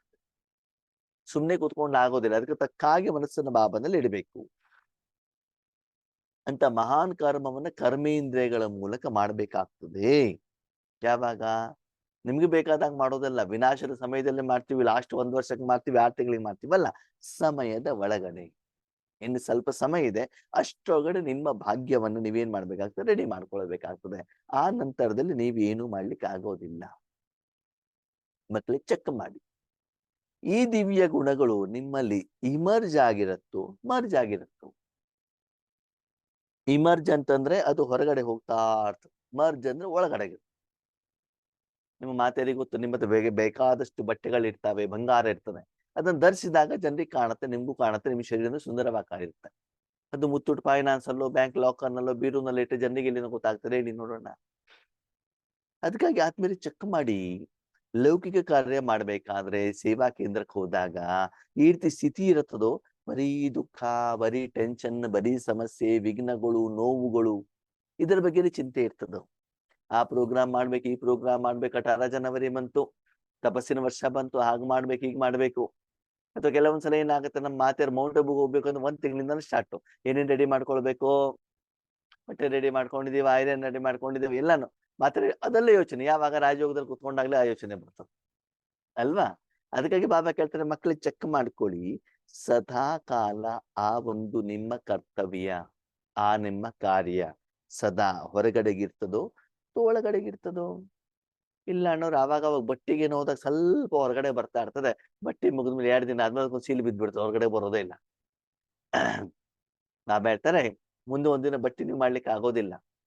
ಯಾವಾಗ ಎಲ್ಲೇ ಇರ್ಲಿ, ಹೇಗೆ ಇರ್ಲಿ, ಆ ಒಂದು ಸ್ಥಿತಿ ಯಾವಾಗ್ಲೂ ಕೂಡ ಏನ್ ಮಾಡ್ಬೇಕು, ಮಾಡ್ತಾನೆ ಇರ್ಬೇಕಾಗ್ತದೆ. ಮಕ್ಕಳೇ ಚೆಕ್ ಮಾಡ್ಕೊಳ್ಳಿ, ಇವತ್ತಿನ ದಿನ ಸಂಗಮ ಯುಗದ ಪ್ರಾರಬ್ಧವನ್ನು ಎಷ್ಟು ಅನುಭವಿಸ್ತಾ ಇದ್ದೀರಿ. ಊಟ ಸಂಗಮ ಯುಗದ ಪ್ರಾರಬ್ಧ ಅಲ್ಲ. ಶರೀರಕ್ಕೆ ಏನೇನು ಕೊಡ್ತಿದ್ವಿ, ಯಾವುದು ಸಂಗಮ ಅಲ್ಲ. ಸಂಗಮ ಯಾರು? ಶಿವಬಾಬಾ. ಶಿವಬಾಬನಲ್ಲಿರುವಂತ ಗುಣಗಳ ಇಷ್ಟು ಸುಖವನ್ನ ನಿಮಗೋಸ್ಕರ ಅಲ್ಲ, ಬೇರೆಯವ್ರಿಗೆ ಕೊಡ್ತಾ ಇರ್ಬೇಕಾದ್ರೆ ನೀವೇನು ಅನುಭವಿಸ್ತೀರಿ. ಅಂದ್ರೆ ಅಡಿಗೆ ಯಾರೋ ಮಾಡಿದ್ದಾರೆ, ಯಾರ್ದೋ ಮನೇಲಿ ಮದುವೆ, ಯಾರೋ ಊಟಕ್ಕೆ ಬಂದಿದ್ದಾರೆ, ಆವಾಗ ನೀವು ಊಟಕ್ಕೆ ಬಡಿಸ್ತಾ ಇದ್ದೀರಾ, ಮಾಡಿದವರು ಬೇರೆ, ತಿಂತಾ ಇರೋದು ಬೇರೆ. ನೀವು ಬಕೆಟ್ ಅಲ್ಲಿ ಇರುವಂತ ಕಾರಣದಿಂದ ನಿಮ್ಗೆ ವಾಸನೆ ಬರ್ತಾ ಇದೆ ಅಷ್ಟೇ. ವಾಸನೆ ಬರ್ತಾ ಇದೆ, ಅದ್ರ ಹೆಸರೇನು ನಿಮ್ಗೆ ಬೇಡ, ಎಷ್ಟು ತಿಂತಾ ಇದಾರಂತ ನಿಮ್ಗೆ ಬೇಡ, ಏನೇನ್ ಹಾಕಿದಾರಂತ ಬೇಡ ನಿಮ್ಗೆ. ಸದಾ ಕಾಲ ಕೊಡೋದಲ್ಲಿ ನೀವೇನಾಗ್ಬೇಕು, ಬ್ಯುಸಿ ಆಗಿರ್ಬೇಕು. ಅದಕ್ಕಾಗಿ ಬಾಬಾ ಹೇಳ್ತಾನೆ, ಈ ಒಂದು ಪುರುಷಾರ್ಥ, ಇದೊಂದು ಪ್ರಾರಬ್ಧ ಸಹಜವಾಗಿರ್ಬೇಕೇ ಹೊರತು ಪರಿಶ್ರಮ ಯುಕ್ತವಾಗಿರಬಾರ್ದು. ಬಾಬನಿಗೆ ಒಂದು ಮಾತು ಇಷ್ಟ ಆಗಲ್ವಾ, ಏನದು? ನನ್ನ ಮಕ್ಕಳು ಪರಿಶ್ರಮ ಪಡೋದು ನನಗೆ ಅಷ್ಟು ಇಷ್ಟ ಆಗೋದಿಲ್ಲ. ಬಾಬಾ ಸಹಜ ರಾಜಯೋಗ ಅಂತ ಹೇಳ್ತಾನೆ. ಅದಕ್ಕಾಗಿ ಸಹಜವಾಗಿರ್ಬೇಕು. ಇನ್ನು ಮೇಲೆ ಬಾಬಾ ಹೇಳ್ತಾ, ಪುರುಷಾರ್ಥ ಅಲ್ಲ, ಏನು ಪ್ರಾರಬ್ಧ, ಕೇವಲ ಫಲವನ್ನಷ್ಟೇ ಅನುಭವಿಸೋದು. ಅಂತಂದ್ರೆ ಬೇರೆಯವ್ರಿಗೆ ಫಲ ಕೊಡೋದಷ್ಟೇ, ಕೊಡೋದಷ್ಟೇ. ನೋಡಿ, ಬ್ರಾಹ್ಮಣ ಒಳಗಡೆ ಹೋಗ್ಬಿಟ್ಟು ಪೂಜೆ ಮಾಡೋದು ಪುರುಷಾರ್ಥ, ಪ್ರಸಾದ ಕೊಡೋದು ಪ್ರಾರಬ್ಧ. ಪ್ರಸಾದ ಕೊಟ್ಟ ತಕ್ಷಣದಲ್ಲಿ ಎದುರುಗಡೆ ಭಕ್ತ ಏನ್ ಮಾಡ್ತಾನೆ, ನಿಮ್ಮ ತಟ್ಟೆ ದಕ್ಷಿಣ ಹಾಕ್ಬಿಡ್ತಾನೆ, ಫೈನಲ್ ಸ್ಟೇಜ್ ಅದು. ಅದಕ್ಕೆ ಬಾಬಾ ಜನ ಕ್ಯೂನಲ್ಲಿ ನಿಂತಾಗ, ಲಕ್ಷಾಂತರ ಜನ ನಿಂತಾಗ ಪೂಜೆ ಮಾಡ್ತಿರೋ ಅಥವಾ ಪ್ರಸಾದ ಕೊಡ್ತೀರೋ, ಹೇಳಿ ನೋಡೋಣ. ನೀವು ಬೇಕಾದ್ರೆ ಅಬ್ಸರ್ವೇಷನ್ ಮಾಡಿ, ಶಿವರಾತ್ರಿ ಹಬ್ಬದಲ್ಲಿ ಶಿವನ ದೇವಸ್ಥಾನದಲ್ಲಿ ಪೂಜೆ ಕಡಿಮೆ ನಡೀತಾ ಇರ್ತಾರೆ, ಜನ ಕ್ಯೂನಲ್ಲಿ ಇರ್ತಾರಲ್ಲ, ಪ್ರಸಾದ ಕೊಡೋದು ಕಳ್ಸೋದು, ಪ್ರಸಾದ ಕೊಡೋದು ಕಳ್ಸೋದು ಅಷ್ಟೇ. ಯಾಕಂದ್ರೆ ತುಂಬಾ ಜನ ಇರ್ತಾರೆ. ನೋಡಿ ಇವಾಗ ತಿರುಪತಿ ತಿಮ್ಮಪ್ಪನ ದೇವಸ್ಥಾನದಲ್ಲಿ ಬಾಲಾಜಿ ಎದುರುಗಡೆ ಪೂಜೆ ಮಾಡ್ತಾರ? ಇಲ್ಲ, ದರ್ಶನ ಅಷ್ಟೇ, ದರ್ಶನ ಮಾಡೋದು, ಹೋಗ್ತಾ ಇರೋದಷ್ಟೇ. ಪ್ರಾರಬ್ಧ ಅಂದ್ರೆ ಪ್ರಪಂಚದ ಜನರಿಗೆ ಭಗವಂತ ಏನು ಫಲವನ್ನ ಕೊಡ್ತಾ ಇದ್ದಾರೋ ಅದು ನಿಮ್ಮ ಮೂಲಕ ಏನಾಗ್ಬೇಕು, ವಾಸ ಆಗ್ಬೇಕು. ಭವಿಷ್ಯದ ಪ್ರಾರಬ್ಧ ಬೇರೆ, ಇಂದ್ರಿಯ ಸುಖದ ಪ್ರಾರಬ್ಧ ಬೇರೆ. ಇವತ್ತು ಶಾರೀರಿಕವಾಗಿ ನಿಮ್ಗೆ ಮನೆ ಸಿಕ್ತು, ಬಟ್ಟೆ ಸಿಕ್ತು, ಊಟ ಸಿಕ್ತು, ಹೆಸರು ಕೀರ್ತಿ ಸಿಕ್ತು, ಇದು ಬೇರೆ. ಆದ್ರೆ ಭಗವಂತನ ಮೂಲ ಗುಣಗಳು ಮಾತ್ರ ನಿಮ್ಮಿಂದ ಪ್ರವಾಹ ಆಗ್ತಿದೆ, ಅದು ಪ್ರಾರಬ್ಧ ಬೇರೆ. ಈ ಬಾಬನಿಗೆ ನೀವು ಹೇಳಿದ್ರಿ, ಬಾಬಾ ನನ್ನ ಮಗುವಿಗೆ ಶಿಕ್ಷಣ ಸಿಗ್ಲಿ, US ಹೋಗ್ಲಿ, ಆ ಪ್ರಾರಬ್ಧ ಬೇರೆ. ನೀವು ಡಿಮಾಂಡ್ ಮಾಡಿ, ನೀವು ವೈಯಕ್ತಿಕವಾಗಿ ಕೇಳಿ, ನೀವು ವೈಯಕ್ತಿಕ ಸಾಧನೆ ಮಾಡಿ ಬಾಬನಿಂದ ಅದು ಬೇರೆ. ಬೇರೆಯವರಿಗೆ ಕೊಡಬೇಕು. ಅದಕ್ಕಾಗಿ ನೀವೇಗಿರ್ಬೇಕು, ಆ ಪ್ರಾರಬ್ಧ ಏನು ಅಂತಂದ್ರೆ ಸದಾಕಾಲ ಸರ್ವಶಕ್ತಿಗಳಿಂದ ಸಂಪನ್ನ. ಯಾವುದೇ ಶಕ್ತಿ ಕಡಿಮೆ ಇಲ್ಲ. ಸರ್ವಶಕ್ತಿ ಬಾಬಾ ಕೊಡ್ತಿದ್ದಾರೆ, ನಿಮ್ಮ ಮೂಲಕ ಕೊಡ್ತಾ ಇದ್ದಾರೆ. ಸದಾ ಸರ್ವ ಜ್ಞಾನದಿಂದ ಸಂಪನ್ನ. ಅವಾಗ ನೀವ್ ಹೇಳ್ತೀನಿ, ಅಲ್ಲ ಅಣ್ಣವ್ರೆ, ಸರ್ವಜ್ಞಾನ ಅಂತಂದ್ರೆ ಒಂದಿನದ 4 ಸಲ ಓದಿದ್ರು ಕೂಡ 4 ಲೈನ್ ನೆನಪಿರೋದಿಲ್ಲ. ಇನ್ನು ಇಷ್ಟು ವರ್ಷ ಬಾಬಾ ಹೇಳಿರುವಂತ ಜ್ಞಾನ ಎಲ್ಲಿಂದ ನೆನಪಿರ್ತದೆ? ಸರ್ವಜ್ಞಾನ ಸಂಪನ್ನ ಅಂತಂದ್ರೆ ಏನು? ಆಮೇಲೆ ಸರ್ವಜ್ಞಾನ ಸಂಪನ್ನ ಅಂದ್ರೆ ಬಾಬಾ ಹೇಳುವಂತ ಮುರಳಿ ಪಾಯಿಂಟ್ ನೆನಪಿರಬೇಕು ಅಂತಲ್ಲ, ಬಾಬನಲ್ಲಿರುವಂತ ಸಪ್ತ ಗುಣಗಳು, ಜ್ಞಾನ ಅದು. ಈಗ ನಾವ್ ಹೇಳ್ತಾರೆ ಉಪ್ಪು ಅಂದ್ರೆ ಗೊತ್ತು, ಹುಳಿ ಅಂದ್ರೆ ಗೊತ್ತು, ಖಾರ ಅಂದ್ರೆ ಗೊತ್ತು, ಕಹಿ ಅಂದ್ರೆ ಗೊತ್ತು. ಗೊತ್ತಿದೆ ತಾನೆ ನಿಮ್ಗೆ ಏನು ಅಂತ? ಉಪ್ಪು ಜಾಸ್ತಿ ತಿನ್ನಿ, ಸ್ವೀಟ್ ಜಾಸ್ತಿ ತಿನ್ನಿ, ಗೊತ್ತಿದೆ ತಾನೆ? ಹಾಗೆ ಸರ್ವಜ್ಞಾನ ಸಂಪನ್ನ ಅಂತಂದ್ರೆ ಈಗ ಭಗವಂತ ಶಾಂತಿ ಕೊಡ್ತಾ ಇದ್ದಾನೆ, ಇವಾಗ ಪ್ರೀತಿಯನ್ನು ಕೊಡ್ತಾ ಇದ್ದಾರೆ, ಈಗ ಶಕ್ತಿಯನ್ನು ಕೊಡ್ತಾ ಇದ್ದಾರೆ. ಇವಾಗ ನಿಮ್ಗೆ ಊಟ ಕೊಟ್ಟರೆ ನೀವ್ ಹೇಳ್ತೀರಾ ಇಲ್ವಾ? ಇಲ್ಲ ಅಣ್ಣವ್ರು, ಇದೆ ಸಕ್ಕರೆ ಇದೆ, ಇದೆ ಉಪ್ಪ ಇದೆ, ಖಾರ ಕಡಿಮೆ ಆಗಿದೆ, ಜಾಸ್ತಿ ಆಗಿದೆ ಹೇಳ್ತಿರ್ತಾನೆ. ಅದು ನಿಮ್ಗೆ ಗೊತ್ತಿರೋದಕ್ಕೆ ತಾನೇ ನೀವ್ ಹೇಳ್ತಾ ಇರೋದು. ಅದಕ್ಕೆ ಸರ್ವಜ್ಞಾನ ಸಂಪನ್ನ ಅಂತಂದ್ರೆ ಭಗವಂತನಲ್ಲಿರುವಂತ ಎಲ್ಲ ಗುಣಗಳ ರುಚಿ ನಿಮ್ಗೆ ಗೊತ್ತಿರಬೇಕು. ಅವಾಗ ನಿಮ್ಮಲ್ಲಿ ಏನು ಪ್ರವಾಹ ಆಗ್ತಾ ಇದೆ ಅಂತ ಗೊತ್ತಾಗ್ಬೇಕು. ಮುಂದೆ ಬಾಬಾ ಹೇಳ್ತಾರೆ, ಸರ್ವ ವಿಘ್ನ ವಿನಾಶಕ ಮೂರ್ತ. ಎಲ್ಲರ ವಿಘ್ನಗಳನ್ನ ವಿನಾಶ ಮಾಡುವಂತವರು ನೀವಲ್ಲ, ನೀವು ಮೂರ್ತಿ ಅಷ್ಟೇ. ವಿಶ್ವದ ಸಮಸ್ಯೆಗಳಿರ್ಬೋದು, ಪಂಚತತ್ವಗಳದ್ದಿರ್ಬೋದು, ಭೂಕಂಪದ್ದಿರ್ಬೋದು, ಮನುಷ್ಯಾತ್ಮರದ್ದಿರ್ಬೋದು, ಆರೋಗ್ಯದಿರ್ಬೋದು, ಹಣಕಾಸಿಂದಿರ್ಬೋದು, ಮಾನಸಿಕವಾಗಿರ್ಬೋದು, ಯಾವುದೇ ವಿಘ್ನಗಳು ಬಂದು ಕೂಡ ಯಾರು ಭಗವಂತನಿಗೆ ಕೇಳಿದಾರೋ, ನಿಮ್ಮನ್ನು ಸಾಧನವಾಗಿ ಉಪಯೋಗ ಮಾಡಿದಾಗ ನೀವು ಸುಮ್ಮನೆ ಮೂರ್ತಿ ರೂಪದಲ್ಲಿ ಇರ್ತೀರಾ, ಅವರ ವಿಘ್ನಗಳು ಪರಿಹಾರ ಆಗ್ತವೆ. ಅವರು ನಿಮ್ಮತ್ತೆ ಈ ವಿಘ್ನ ಅಂತಲೂ ಕೂಡ ಹೇಳೋದಿಲ್ಲ. ಈ ರೀತಿ ನೀವು ಭಗವಂತನಿಗೆ ಸಮರ್ಪಣೆಯನ್ನು ಮಾಡಿದಾಗ ನಿಮ್ಮ ಮೂಲಕ ಸರ್ವಶಕ್ತಿಗಳನ್ನ, ಸರ್ವ ಜ್ಞಾನ ಗುಣಗಳನ್ನ, ಮತ್ತೆ ಎದುರುಗಡೆ ಇರುವಂತಹ ಆತ್ಮಗಳ ವಿಘ್ನಗಳನ್ನು ಸಮಾಪ್ತಿ ಮಾಡುವಂತ ಕಾರ್ಯದಲ್ಲಿ ನಿಮ್ಮನ್ನು ಉಪಯೋಗ ಮಾಡ್ತಾರೆ. ಅವಾಗ ನೀವೇನಾಗ್ತೀರಿ? ಪ್ರಾರಬ್ಧ ಫಲ ಸಿಕ್ಕಿದೆ, ಭಗವಂತ ತನ್ನ ಮಕ್ಕಳಿಗೆ ಫಲವನ್ನ ಕೊಡ್ತಾ ಇದ್ದಾರೆ, ನೀವು ಒಂದು ಸಾಧನ ಆಗಿದ್ದೀರಿ. ಅದಕ್ಕಾಗಿ ನೀವೇನ್ ಮಾಡ್ಬೇಕು? ಮಾಸ್ಟರ್ ದಾತ. ನೀವು ದಾತ ಅಲ್ಲ, ದಾತ ಬಾಬಾ. ಮಾಸ್ಟರ್ ದಾತ, ವರದಾತ ಅಲ್ಲ. ಏನ್ ಹೇಳ್ತಾರೆ ಬಾಬಾ? ವರದಾತ ಅಂತಂದ್ರೆ ಇನ್ನು ತಪಸ್ ಮಾಡ್ಮೇಲೆ ವರ ಕೊಡೋದು. ಇವತ್ತು ಯಾರು ತಪಸ್ ಮಾಡ್ಲಿಕ್ಕೆ ಪುರ್ಸತ್ತೆ ಇಲ್ಲ ಇವ್ರಿಗೆ, ಜ್ಞಾನ ಕೇಳಲಿಕ್ಕೂ ಪುರ್ಸತ್ತೆ ಇಲ್ಲ. ಇವಾಗ ಡೈರೆಕ್ಟ್ ಆಗಿ ಏನ್ ಕೊಡ್ಬೇಕು? ತಂದೆ ಆಸ್ತಿಯನ್ನು ಕೊಡ್ಬೇಕಾಗ್ತದೆ. ತಂದೆ ಕೊಡ್ಲಿಕ್ಕೆ ರೆಡಿ ಇದ್ದಾರೆ, ಆದ್ರೆ ಪಾತ್ರೆನೇ ಕ್ಲೀನ್ ಇಲ್ವೇ? ಪಾತ್ರೆ ಯಾವಾಗ್ಲೂ ಬ್ಯೂಸಿ ಇರ್ತದೆ. ಪಾತ್ರೆ ಯಾರು? ನಾವು. ಅದಕ್ಕೆ ಆ ಕಾರ್ಯಕ್ಕೋಸ್ಕರ ನೀವೇನ್ ಮಾಡ್ಬೇಕು? ಅವರಿಗೆ ನಿಮ್ಮ ತನುಮನವನ್ನ ಕೊಡ್ಬೇಕು. ಅದರ ಪ್ರತಿ ಏನನ್ನು ನಿರೀಕ್ಷೆ ಮಾಡ್ಬೇಡಿ. ಕೆಲವೊಂದು ದೇವಸ್ಥಾನದಲ್ಲಿ ಆತ್ಮೀಯರೇ ಬ್ರಾಹ್ಮಣರಿರ್ತಾರೆ, ಅವರು ಪ್ರಸಾದ ಕೊಡೋದಕ್ಕಿಂತ ಮೊದಲು ದಕ್ಷಿಣಿಗೆ ಎಷ್ಟು ದುಡ್ಡು ಹಾಕಿದ್ದಾರೆ ಅಂತ ನೋಡ್ತಾ ಇರ್ತಾರೆ. ದುಡ್ಡು ಜಾಸ್ತಿ ಆಗಿದ್ರೆ ಪ್ರಸಾದ ಚೇಂಜ್. 500 ರೂಪಾಯಿ ನೋಟ್ ಇದ್ರೆ ಆಪಲ್ ಸಿಗ್ತದೆ, 200 ರೂಪಾಯಿ ನೋಟ್ ಹಾಕಿದ್ರೆ ಮುಸುಂಬಿ ಸಿಗ್ತದೆ, 100 ರೂಪಾಯಿ ನೋಟ್ ಹಾಕಿದ್ರೆ ಬಾಳೆಹಣ್ಣು ಸಿಗ್ತದೆ, 50 ರೂಪಾಯಿ ನೋಟ್ ಹಾಕಿದ್ರೆ ಬರೀ ಹೂ ಮಾತ್ರ ಸಿಗ್ತದೆ. ನೋಟಿಗೆ ತಕ್ಕ ಹಾಗೆ ಪ್ರಸಾದ. ಹಂಗಲ್ಲ. ಆಮೇಲೆ ಹೇಳ್ತಾರೆ, ನೀವು ತಟ್ಟೆನೆ ನೋಡ್ಬೇಡಿ, ಹಾಕ್ಲಿ ಬಿಡ್ಲಿ ನಿಮ್ಗೆ ಅದು ಚಿಂತೆ ಇಲ್ಲ. ಯಾರು ಬಂದಿದ್ದಾರೆ ಅವ್ರಿಗೆ ಏನ್ ಮಾಡೋದು? ಪ್ರಸಾದ ಕೊಡ್ತಾ ಹೋಗುದು. ಹೇಗೆ? ಮನಸ್ಸಿನಿಂದ, ವಾಚಾದಿಂದ ನೀವು ಕೊಡ್ಲಿಕ್ಕೆ ಆಗೋದಿಲ್ಲ. ಯಾಕಂದ್ರೆ ಆರಂಭದಲ್ಲಿ ಮನಸ್ಸಿನಿಂದ ಮಾಡಿರುವಂತ ಸೇವೆ ಏನಾಯ್ತು? ವೈಬ್ರೇಷನ್ ಮೂಲಕ ಆತ್ಮಗಳನ್ನ ಬಾಬಾ ಅವ್ರ ಹತ್ರ ಕರ್ಕೊಂಡು ಬಂತು, ಸಾಕ್ಷಾತ್ಕಾರ ಆಯ್ತು, ಕೃಷ್ಣನ ಸಾಕ್ಷಾತ್ಕಾರ ಆಯ್ತು. ಭಗವಂತ ಒಬ್ರೇನೆ ಪ್ರಪಂಚದಲ್ಲಿ ಪ್ರತ್ಯಕ್ಷತೆ ಮಾಡ್ಲಿಕ್ಕೆ ಆಗೋದಿಲ್ಲ, ಮಕ್ಕಳು ಕೂಡ ಏನಾಗ್ತದೆ? ಬರಬೇಕಾಗ್ತದೆ. ಅದಕ್ಕಾಗಿ ವಿಶ್ವದ ಸರ್ವ ಆತ್ಮರ ಪ್ರತಿ ನೀವು ದಯಾರದಿಗಳು ಆಗ್ಬೇಕಾಗ್ತದೆ. ಅದಕ್ಕಾಗಿ ಮಕ್ಕಳೇ ಚೆಕ್ ಮಾಡ್ಕೊಳ್ಳಿ, ಪ್ರತಿದಿನ ನಿಮ್ಮ ಅಕೌಂಟ್ ಅಲ್ಲಿ ಎಷ್ಟು ಜಮಾ ಆಗ್ತಾ ಇದೆ. ಆಶೀರ್ವಾದದ ಖಾತೆ, ಕರ್ಮದ ಫಲದ ಖಾತೆ. ಪ್ರತಿದಿನ ಸಂಪಾದನೆ ಮಾಡ್ತಾ ಇರ್ತೀವಿ, ಖರ್ಚುನು ಕೂಡ ಮಾಡ್ತಾ ಇರ್ತಾ ಇದೀವಿ. ಆದ್ರೆ ಖರ್ಚು ಜಾಸ್ತಿ ಆದ್ರೆ ನಮ್ಮ ಅಕೌಂಟ್ ಅಲ್ಲಿ ಜಮಾನೆ ಆಗೋದಿಲ್ಲ. ಅದಕ್ಕಾಗಿ ಜಮಾ ಆಗ್ಬೇಕು ಅಂತಂದ್ರೆ ಆದಷ್ಟು ಮನಸ್ಸಾ ಸೇವೆ ಕಡೆಗೆ, ತಪಸ್ಸಿನ ಕಡೆಗೆ, ಯೋಗದ ಕಡೆಗೆ ನೀವು ಗಮನವನ್ನ ಕೊಡಬೇಕು. ಒಂದು ವಿಷಯ ಅರ್ಥ ಮಾಡ್ಕೊಳ್ಳಿ, ಬ್ರಹ್ಮ ಬಾಬಾ ಸಾಕಾರದಲ್ಲಿ ತಪಸ್ಸು ಮಾಡಿದಾಗ ನನ್ನ ಎದುರುಗಡೆ ಮಕ್ಕಳು ಬರ್ಲಿ, ನನ್ನ ತನ್ನ ಜ್ಞಾನ ಕೇಳಲಿ ಅಂತ ಎಂದೂ ಹೇಳಲಿಲ್ಲ. ಏನ್ ಹೇಳಿದ್ರು ಬಾಬಾ? ಬಾಬಾ ಮಾಡುವಂತ ತಪಸ್ಸಿನನ್ನ ಭಾರತ ದೇಶದಾದ್ಯಂತ ಮತ್ತು ವಿಶ್ವದಲ್ಲಿ ಎಲ್ಲೆಲ್ಲಿ ಬಾಬಾನ ಮನೆ ಇದೆ ಅಲ್ಲೆಲ್ಲ ಬಾಬಾನ ಮಕ್ಕಳು ಬರ್ಲಿ, ಶಕ್ತಿಯನ್ನು ತಗೊಂಡೋಗ್ಲಿ. ಆ ಸಂಕಲ್ಪವನ್ನ ಮಾಡಿದ್ರಲ್ಲ, ಹಾಗೆ ನೀವು ಕೂಡ ಸಂಕಲ್ಪವನ್ನ ಮಾಡ್ಲಿ. ಏನಂತ? ನೀವು ಮಾಡುವಂತ ತಪಸ್ಸಿನಿಂದ ಎಲ್ಲಾ ಸೇವಾ ಕೇಂದ್ರಗಳಿಗೆ ಆತ್ಮಗಳು ಬರ್ಲಿ. ಅಲ್ಲಿ ಆತ್ಮಗಳು ಸಂತೃಪ್ತಿ ತಗೊಂಡು ಹೋಗ್ಲಿ.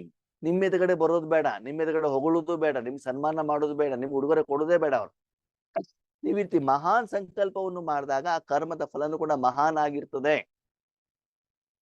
ಆ ರೀತಿ ಬಾಬಾ ಮೌಂಟ್ ಅಬೂನಲ್ಲಿ ಕುತ್ಕೊಂಡು ಅವ್ರು ತಪಸ್ಸನ್ನ ಮಾಡಿದ್ರು ಕೂಡ 84 ಜನ್ಮ, ಮುಖ್ಯವಾಗಿ 63 ಜನ್ಮ ಅವ್ರದ್ದು ಎಷ್ಟು ಪೂಜನೆ ಆಯ್ತು. ಇವತ್ತು ಬ್ರಹ್ಮ ಬಾಬಾ ಅವರನ್ನ ನಾವು ಗಾಯನ ಮಾಡ್ತೀವಿ. ಯಾವಾಗ? ಯಾಕೆ? ಆ ಸಮಯದಲ್ಲಿ ಅವರು ಮಾಡಿರುವಂತ ತಪಸ್ಸಿನ ಕಾರಣದಿಂದ. ಅದಕ್ಕೆ ಬಾಬಾ ಹೇಳ್ತಾರೆ, ಈ ರೀತಿ ಮನಸ್ಸಿನಿಂದ ನೀವೇನು ಮಾಡಬಹುದು ಅಂತಂದ್ರೆ ಮಕ್ಕಳೇ ಸಾಧನೆಯನ್ನ ಮಾಡಬಹುದು, ಸೇವೆ ಮಾಡ್ಲಿಕ್ಕೆ ಸಾಧ್ಯ ಇದೆ. ಸ್ಥೂಲ ರೂಪದಲ್ಲಿ ವಾಚಾದಲ್ಲಿ ಮಾಡ್ಲಿಕ್ಕೆ ಸಾಧ್ಯ ಇಲ್ಲ. ಮಾಡಿ ಮಾಡಿ ನೀವು ಸುಸ್ತಾಗ್ಬಿಟ್ಟಿದೆ, ಅಷ್ಟು ಫಲಿತಾಂಶ ನಿಮ್ಗೆ ಬರ್ತಾ ಇಲ್ಲ. ಅದಕ್ಕಾಗಿ ಏನ್ ಮಾಡಿ? ಚೇಂಜ್ ಮಾಡಿ. ಡೈಮಂಡ್ ಜುಬ್ಲಿ ವರ್ಷನೂ ಮುಗೀತು, ಅದು ಸೆಲೆಬ್ರೇಷನ್ ಕೂಡ ಆಯ್ತು. ಇನ್ನು ಎಷ್ಟು ವರ್ಷ ಅಂತ ಮಾಡ್ತೀನಿ? ಮಕ್ಳು ಇರ್ತಾನಂತೆ, ಬಾಬಾ ಇದೆಲ್ಲ ಇದೆಯಲ್ಲ ನಮ್ಗಲ್ಲ, ಇದು ದಾದಿಯವರಿಗೆ. ಆಮೇಲೆ ದಾದಿಯವರಿಗೆ ಅಷ್ಟೇ ಅಲ್ಲ, ಸ್ಥಾಪನೆ ಸತ್ಯುಗ ಸ್ಥಾಪನೆಯಲ್ಲಿ ಎಲ್ಲರೂ ಕೂಡ ಬರ್ಬೇಕಾಗ್ತದೆ. ಹೊಸಬರಿರ್ಲಿ ಹಳೆಬರಿರ್ಲಿ ಎಲ್ಲರೂ ಕೂಡ ಸ್ಥಾಪನೆಗೆ ಖಂಡಿತವಾಗ್ಲೂ ಬರಬೇಕಾಗ್ತದೆ. ಅದಕ್ಕಾಗಿ ನೀವು 2 ವರ್ಷದವರಿರ್ಲಿ, 15 ವರ್ಷದವರಿರ್ಲಿ, 50 ವರ್ಷದವರಿರ್ಲಿ, ಯಾರಿದ್ರು ಕೂಡ ಈ ಸಾಧನೆಯನ್ನ ಮಾಡಲಿಕ್ಕೆ ಸಾಧ್ಯ. ಮಾಡುವಂತ ಮನೋಭಾವ ನಿಮ್ಮಲ್ಲಿ ಇದ್ದರೆ ಮಾತ್ರ. ಹಾಗಿದ್ರೆ ಬೇರೆಯವ್ರಿಗೆ ಈ ರೀತಿ ಕೊಡ್ಬೇಕು ಅಂತಂದ್ರೆ ಮಕ್ಕಳು, ನಿಮ್ಮ ಖಜಾನೆಯಲ್ಲಿ ಆ ಗುಣಗಳಿದಾವ? ವಿಶೇಷತೆ ಇದೆಯಾ? ಶಕ್ತಿ ಇದೆಯಾ? ದಾತಾಪನ್ ಇದೆಯಾ? ಕೊಡಬೇಕು ಹೇಳುವಂತ ಮನೋಭಾವ ಇದೆಯಾ? ಕೊಡ್ತಾ ಇದ್ದೀರಾ? ಆ ಕೊಡುವಂತ ಕರ್ಮದ ಫಲದ ಸುಖದ ಅನುಭವ ಆಗ್ತಾ ಇದೆಯಾ? ಅದು ಕಣ್ಣಿಗೆ ಕಾಣುವಂಥದ್ದಲ್ಲ ಆತ್ಮೀಯರೇ, ಅಥವಾ ಶರೀರದ ಯಾವುದೇ ಇಂದ್ರಿಯಗಳ ಮೂಲಕ ಅನುಭವಿಸುವಂಥದ್ದಲ್ಲವೇ ಅಲ್ಲ. ಕೇವಲ ಸೂಕ್ಷ್ಮ ಇಂದ್ರಿಯದಿಂದ ಮಾತ್ರ ಅನುಭವಿಸುವಂಥದ್ದು. ಅದಕ್ಕಾಗಿ ಹೇಳ್ತಾರೆ, ನಾವು ಕ್ಷತ್ರಿಯರಾಗಬಾರ್ದು. ಕ್ಷತ್ರಿಯರಂತಂದ್ರೆ ಏನು? ಯುದ್ಧ ಮಾಡೋದು. ಯೋಗ ಮಾಡ್ಲಿಕ್ಕೇನೆ ಯುದ್ಧ ಮಾಡ್ತಿದ್ದೀವಿ. ಯೋಗ ಮಾಡ್ಬೇಕು ಅಂದ್ರೆ ಕಾಮೆಂಟ್ರಿ ಬೇಕು, ಹಾಡ್ ಬೇಕು, ರೆಡ್ ಲೈಟ್ ಬೇಕು, ಎದುರುಗಡೆ ಬೇಕು, ಸಂಘಟನೆ ಬೇಕು. ಆಮೇಲೆ ಕ್ಷತ್ರಿಯ ಸೋದೇವತಾ ಅಂತ ಹೇಳೋದಿಲ್ಲ, ಬ್ರಾಹ್ಮಣ ಸೋದೇವತಾ ಅಂತ ಹೇಳ್ತಾರೆ. ಅದಕ್ಕಾಗಿ ಒಂದು ಬ್ರಾಹ್ಮಣರಾಗಿ ವಿಶ್ವಗೆಲ್ಲರಿಗೂ ಕೂಡ ಭಗವಂತನ ಶಕ್ತಿಯನ್ನ ಕೊಡ್ಲಿಕ್ಕೆ ನಿಮಿತ್ತರಾಗಿ. ಅದಕ್ಕಾಗಿ ನೀವು ಭಗವಂತನ ಕೈಯಲ್ಲಿ ಒಂದು ಸಾಧನವಾಗಿ, ಆದ್ರೆ ನಾವು ಕೊಡ್ತಿದೀವಿ ದಾನ ಹೇಳುವಂತ ಭಾವನೆ ನಿಮ್ಮಲ್ಲಿ ಇರಕೂಡದು. ನಾನು ಒಂದು ಸಾಧನ, ನಾನು ಒಂದು ನಿಮಿತ್ತ ಅಷ್ಟೇ, ಆ ಭಾವ ಮಾತ್ರ ಬರಲಿ. ಮಕ್ಕಳೇ, ಈಗ ನಿಮ್ದು ವಾನಪ್ರಸ್ಥ ಅವಸ್ಥೆ. ವಾನಪ್ರಸ್ಥ ಅವಸ್ಥೆ ಅಂದ್ರೆ ಏನು? ಲೌಕಿಕದಲ್ಲೂ ನೋಡಿ, ಕೆಲವರು ತುಂಬಾ ವರ್ಷ ಆಗಿರ್ತದೆ, 2 ತಿಂದ್ರೆ ಜಾಸ್ತಿ, 1 ತಿಂದ್ರೆ ಕಡಿಮೆ. ಸ್ವೀಟ್ ತಿಂದ್ರೆ ಶುಗರ್ ಬರ್ತದೆ, ಖಾರ ತಿಂದ್ರೆ ಏನಾಗ್ತದೆ? ಗ್ಯಾಸ್ಟ್ರಿಕ್ ಆಗ್ತದೆ. ಅವಾಗ ಏನಾಗ್ತದೆ? ಏನು ಇರ್ಬೇಕು ಅಂತ ಹೇಳ್ಬಿಟ್ಟು ಸ್ವಲ್ಪ ಊಟ ತಿಂಡಿ ಮಾಡ್ತಾ ಇರ್ತಾರೆ, ರುಚಿದ ಕಡೆ ಗಮನ ಕೊಡ್ಲಿಕ್ಕೆ ಆಗೋದಿಲ್ಲ ಅವರಿಗೆ, ಅಲ್ವಾ? ಹಲ್ಲಿಂದ ಜಗಲಿಕ್ಕೆ ಹಲ್ಲಿರೋದಿಲ್ಲ, ನಾಲ್ಗಿಗೆ ರುಚಿ ಇರೋದಿಲ್ಲ. ಇವಾಗ ನೋಡಿ, ನಿಮ್ಗೆ ಜ್ವರ ಬಂದಾಗ ಏನಾಗತ್ತೆ ಹೇಳಿ ನೋಡೋಣ? ರುಚಿಯಿಂದ ತಿಂತಿರೋ, ತೊಟ್ಟೆ ತುಂಬಬೇಕು ಅಂತ ತಿಂತಿರೋ? ತಿಂದಿಲ್ಲ ಅಂದ್ರೆ ಆರೋಗ್ಯ ಸರಿ ಇಲ್ಲ ಅಂತ ತಿಂತಿರ್ತಾನೆ. ಹಾಗೇನೆ ನಿಮ್ದೆಲ್ಲರದು ವಾನಪ್ರಸ್ಥ ಅವಸ್ಥೆ ಮಕ್ಕಳೇ. ಅದಕ್ಕಾಗಿ ದಯವಿಟ್ಟು ಅದು ಬೇಕು ಇದು ಬೇಕು ಅಂತ ಬಾಬನ ಹತ್ರ ಕೇಳಬೇಡಿ. ಇಂದ್ರಿಯದ ಸುಖದ ಹಿಂದ್ಗಡೆ ಓಡಬೇಡಿ. ಈಗ ನಿಮಗಾಗಿ ಸುಖವನ್ನ ಅನುಭವ ಮಾಡುವಂತ ಸಮಯ ಮುಗೀತು, ಬೇರೆಯವ್ರಿಗೆ ಸುಖ ಕೊಡುವಂತ ಸಮಯ. ಅಜ್ಜಿ ಆದವ್ರು ಏನ್ ಇಷ್ಟಪಡ್ತಾರೆ? ನನ್ನ ಮಗು ಚೆನ್ನಾಗಿರ್ಲಿ ಅಂತ. ನಂದೆಲ್ಲ ವಯಸ್ಸು ಮುಗಿತಪ್ಪ, ಊರು ಹೋಗು ಹೋಗು ಅಂತ ಹೇಳ್ತಾ ಇದೆ, ಕಾಡು ಬಾಬಾ ಅಂತ ಹೇಳ್ತಾ ಇದೆ, ಇನ್ನೇನು ನಿಮ್ ಲೆಕ್ಕಾಚಾರ. ಹಾಗೆ ನೀವು ಇಂದ್ರಿಯ ಸುಖ ಅನುಭವಿಸಿದ್ರೆ ಸಾಕು. ಇವಾಗ ಪರಮಾತ್ಮನ ಅತೀಂದ್ರಿಯ ಸುಖ ಅನುಭವ ಮಾಡಿದ್ರು ಸತ್ಯುಗ ತ್ರೇತಾಯುಗದಲ್ಲಿ ಸಿಗೋದಿಲ್ಲ, ಬೇರೆ ಯಾವ ಯುಗದಲ್ಲೂ ಸಿಗೋದಿಲ್ಲ. ಆತ್ಮೀಯರ ಅರ್ಥ ಮಾಡ್ಕೊಳ್ಳಿ. 1 ಸೆಕೆಂಡಿನಲ್ಲಿ ವಿಶ್ವದ ಸರ್ವ ಆತ್ಮರಿಗೆ ಶಕ್ತಿಯನ್ನ ಕೊಟ್ಟು ಅವರಿಂದ ಆಶೀರ್ವಾದ ತಗೊಳ್ಳೋದು ಈ ಒಂದು 84 ಜನ್ಮದಲ್ಲಿ ಯಾವ ಜನ್ಮದಲ್ಲೂ ಕೂಡ ಈ ಕಾರ್ಯ ನಿಮ್ಗೆ ಸಿಗೋದಿಲ್ಲ. ಅವಾಗ ಆ ಜ್ಞಾನವನ್ನು ಕೂಡ ಇರೋದಿಲ್ಲ. ಏನು ಸ್ಥೂಲ ಧನವನ್ನು ಸಂಪಾದನೆ ಮಾಡ್ಬಿಟ್ಟು 1 ಸಮಯದ ಊಟ ವಿಶ್ವದ ಎಲ್ಲ ಆತ್ಮರಿಗೆ ಕೊಡ್ಲಿಕ್ಕೆ ಆಗತ್ತ ನಿಮ್ಗೆ ಶಾರೀರಿಕವಾಗಿ? ಒಂದು ಮದುವೆಲಿ 1,000 ಜನರಿಗೆ ಊಟ ಹಾಕ್ಬೇಕು ಅಂದ್ರೆ ಎಷ್ಟು ವರ್ಷ ಕಷ್ಟ ಪಡಬೇಕು, ಎಷ್ಟು ಸಾಲ ಮಾಡ್ಕೊಳ್ಬೇಕಲ್ವಾ? ಅದಕ್ಕಾಗಿ ಇಂತಹ ಒಂದು ಮಹಾನ್ ಕಾರ್ಯ ಸಿಕ್ಕಿದಾಗ ಅದನ್ನ ಕಾರ್ಯಗತ ಮಾಡಿ. ಹೇಳ್ತಾರೆ, ಮಕ್ಕಳೇ, ನಿಮ್ಗೆ ನನ್ ಮೇಲೆ ಪ್ರೀತಿ ಇದೆಯಲ್ಲ, ಸಹೋದರ ಆತ್ಮನ ಮೇಲೂ ಪ್ರೀತಿ ಇದೆಯಲ್ಲ, ಸ್ನೇಹ ಇದೆಯಲ್ಲ, ತೋರಿಕೆಯ ಪ್ರೀತಿನೋ ನಿಜವಾದ ಪ್ರೀತಿ ಇದೆಯೋ? ನಿಜವಾದ ಪ್ರೀತಿ ಇದ್ದಿದ್ರೆ ಅವರನ್ನ ದುಃಖದಿಂದ ಹೊರಗಡೆ ತರಬೇಕಲ್ವಾ? ಅವರು ನಿಮ್ಮಾಗಿ ಸಹೋದರ ಆತ್ಮಗಳು ತಾನೇ. ಅದಕ್ಕಾಗಿ ಮಕ್ಕಳೇ, ದಯವಿಟ್ಟು ಇಂತಹ ಮಹಾನ್ ಕಾರ್ಯವನ್ನ ಮಾಡಿ ಇವಾಗ ಸರ್ವರಿಗೂ ಸುಖವನ್ನ ಕೊಡುವಂತವರಾಗಿ. ಆವಾಗ ನೋಡಿ, ನಿಮ್ಮ ಪ್ರಜೆಗಳು, ನಿಮ್ಮ ರಾಯಲ್ ಫ್ಯಾಮಿಲಿ ಆತ್ಮಗಳು ಹೇಗೆ ನಿಮ್ಮ ಹತ್ರ ಓಡೋಡ್ ಬರ್ತಾರೆ ನೋಡಿ. ಲೌಕಿಕದಲ್ಲೂ ಕೂಡ ನಿಮ್ಗೊಂದು 10 ಕೋಟಿ ರೂಪಾಯಿ ಲಾಟರಿ ಸಿಕ್ತು ಅಂತ ತಿಳ್ಕೊಳ್ಳಿ, ನೆಕ್ಸ್ಟ್ ಡೇ ಗೊತ್ತಾದ ತಕ್ಷಣ ಜನ ಹೆಂಗ್ ಓಡ್ ಬರ್ತಾರೆ ಗೊತ್ತಾ? ಈ ಸಮಸ್ಯೆ ಇದೆ, ಸ್ವಲ್ಪ ದುಡ್ಡು ಕೊಡಿ, ಆ ಸಮಸ್ಯೆ ಸ್ವಲ್ಪ ದುಡ್ಡು ಕೊಡಿ, ದುಡ್ಡಿದೆ ಅಂದ ತಕ್ಷಣ ಅದು ನೀವು ಕೊಡ್ತಾ ಇದೀವಿ ಅಂತ ಬಂದೋಗ್ಬಿಡ್ತಾರೆ. ಒಂದ್ ದಿವ್ಸ ನೀವು ಅನೌನ್ಸ್ಮೆಂಟ್ ಮಾಡಿ, ಏನು, ನಮ್ 2 ಎಕರೆ ಜಮೀನಿದೆ, 2 ಕೋಟಿ ರೂಪಾಯಿ ಇದೆ, ಇವತ್ತು ಯಾರು ನಮ್ ನೆಂಟರು ಬರ್ತಾರ ಅವ್ರಿಗೆಲ್ಲರಿಗೂ ಹಂಚ್ತೀವಿ ಅಂತ ಹೇಳಿ ನೋಡಿ ಹೆಂಗ್ ಬರ್ತಾರೆ ಅಂತ ಹೇಳ್ಬಿಟ್ಟು. ಹಂಚೋದು ಬಿಡೋದು ಆಮೇಲಿನ ಪ್ರಶ್ನೆ, ಅನೌನ್ಸ್ಮೆಂಟ್ ಮಾಡ್ಬಿಟ್ಟು ನೋಡಿ. ಇವತ್ತು ನಾವು ಲೌಕಿಕದಲ್ಲಿ ನೋಡ್ತಾ ಇದ್ದೀವಿ, ಕೆಲವೊಂದು ಕಾರ್ಯಕ್ರಮದಲ್ಲಿ ನಾನ್ ವೆಜ್ ಊಟ ಕೊಡ್ತಾರೆ, ಎಷ್ಟು ದೂರದಿಂದ ಬರ್ತಾರೆ ಗೊತ್ತಾ ಊಟ ತಿನ್ಲಿಕ್ಕೆ ಅಂತ ಹೇಳ್ಬಿಟ್ಟು, ಹೌದಲ್ವಾ? ಈ ಗೌರ್ಮೆಂಟ್ ನವ್ರು ಹೇಳಿದ್ರು 2,000 ರೂಪಾಯಿ ಕೊಡ್ತೀವಿ ಅಂದ್ರೆ ಹೆಂಗ್ ಓಡ್ ಬರ್ತಾರೆ. ಮಹಿಳೆಯರಿಗೆ ಫ್ರೀ ಅಂತಂದ್ರೆ ಅಣ್ಣಂದ್ರಿಗೆ ಬಸ್ ಹತ್ತಿಗೆ ಜಾಗನೇ ಇಲ್ಲ, ಅಲ್ಲಿ ಅಷ್ಟು ಏನಾಗ್ಬಿಡೋದು, ರಸ್ತೆ ಆಗ್ಬಿಟ್ಟಿದೆ. ಅದ್ರ ಜೊತೆಗೆ ಏನಾಗ್ಬಿಟ್ಟಿದೆ ಅಂತಂದ್ರೆ, ಯಾವಾಗ ಗೌರ್ಮೆಂಟ್ ವಾಪಸ್ ತಗೊಳ್ತಾರೆ ಅನ್ನೋ ಅಂತ ಬಿಟ್ಟು ಈಗಲೇ ಏನ್ ಮಾಡೋದು, ಧರ್ಮಸ್ಥಳ ಸುಬ್ರಹ್ಮಣ್ಯ ಗೋಕರ್ಣ ತಿರ್ತಾ ತಿರೋದು. ಓಕೆನಾ? ಎಷ್ಟೊಂದು ಮಜಾ ಹೇಳ್ತೇನೆ ಕೇಳಿ. ಮೊನ್ನೆ ನಾನು ಗೋಕರ್ಣಕ್ಕೆ ಹೋಗಿದ್ದೆ, ಓಕೆನಾ, ನಮ್ಮ ಅಕ್ಕ ಅವರ ಒಂದು ಕಾರ್ಯಕ್ಕೆ. ನಾವೇನ್ ಮಾಡೋದು, ಅಲ್ಲಿ ಅರ್ಚಕರು ಹೇಳಿದ್ರು ನೀವು ದೇವಸ್ಥಾನಕ್ಕೆ ಹೋಗಿ ಬನ್ನಿ, ಹ್ಞೂ ಅಂತಂದು ಹೋದಲ್ಲಿ ಎಲ್ಲ ಕಡೆಗೂ ಕೂಡ ಏನ್ ಮಾಡಿದೆ, ಕೂತ್ಕೊಂಡು ತಪಸ್ಸು ಮಾಡಿದೆ ಅಷ್ಟೇ. ನಾವೇನ ದರ್ಶನಕ್ಕೆ ಏನು ಹೋಗುದಿಲ್ವಲ್ಲ, ಸರಿ. ಅದು ಡ್ರೆಸ್ಸು ನಮ್ದು ಬ್ರಾಹ್ಮಣರ ಹಂಗಿತ್ತು, ಜನವಾರ ಎಲ್ಲ ಹಾಕಿದ್ದಿತ್ತು, ಸರಿನಾ. ಕೂತ್ಕೊಂಡೆ ಒಂದ್ ಕಡೆ ಕೂತ್ಕೊಂಡು ನನ್ನ ಪಕ್ಕದಲ್ಲಿ ಒಬ್ರು ಬ್ರಾಹ್ಮಣರು ಕೂತ್ಕೊಂಡಿದ್ರು, ಸರಿನಾ. ಎಲ್ಲಿ ಮಹಾಬಲೇಶ್ವರ ದೇವಸ್ಥಾನದಲ್ಲಿ ನಾನು ಬ್ರಾಹ್ಮಣನಾಗಿ ಕಾಣ್ತಾ ಇದ್ದೆ, ಅವರು ಕೂಡ ಬ್ರಾಹ್ಮಣನಾಗಿ ಕೂತ್ಕೊಳ್ಳೋದು. ಆ ದಿನ ಸಂಕಷ್ಟ ಇತ್ತು. ಮೊದ್ಲು ಇಡಗುಂಜಿ ಗಣೇಶನ ದೇವಸ್ಥಾನ ಎದುರುಗಡೆ ಕೂತ್ಕೊಂಡೆ, ಖಾಲಿ ಇತ್ತು, ಜನ ಬರ್ತಾ ಇದ್ದಾರೆ. ಅಲ್ಲಿ ಇನ್ನೊಂದೇನು ಅಂತಂದ್ರೆ, ಇವಾಗ ಪಂಚೆ ಇಟ್ಕೊಂಡೆ ಒಳಗಡೆ ಹೋಗ್ಬೇಕಂತ ದರ್ಶನ ಮಾಡ್ಬೇಕು ಅಂತ. ಒಳಗಡೆ ಜೀನ್ಸ್ ಪ್ಯಾಂಟ್ ಇರ್ತಾರೆ, ಹೊರಗಡೆಯಿಂದ ಪಂಚೆ ಉಟ್ಕೊಂಡು ಹೋಗ್ತಾರೆ. ಅದೊಂದು ವ್ಯಾಪಾರ ಆಗ್ಬಿಟ್ಟಿದೆ ಇವಾಗ, ಏನ.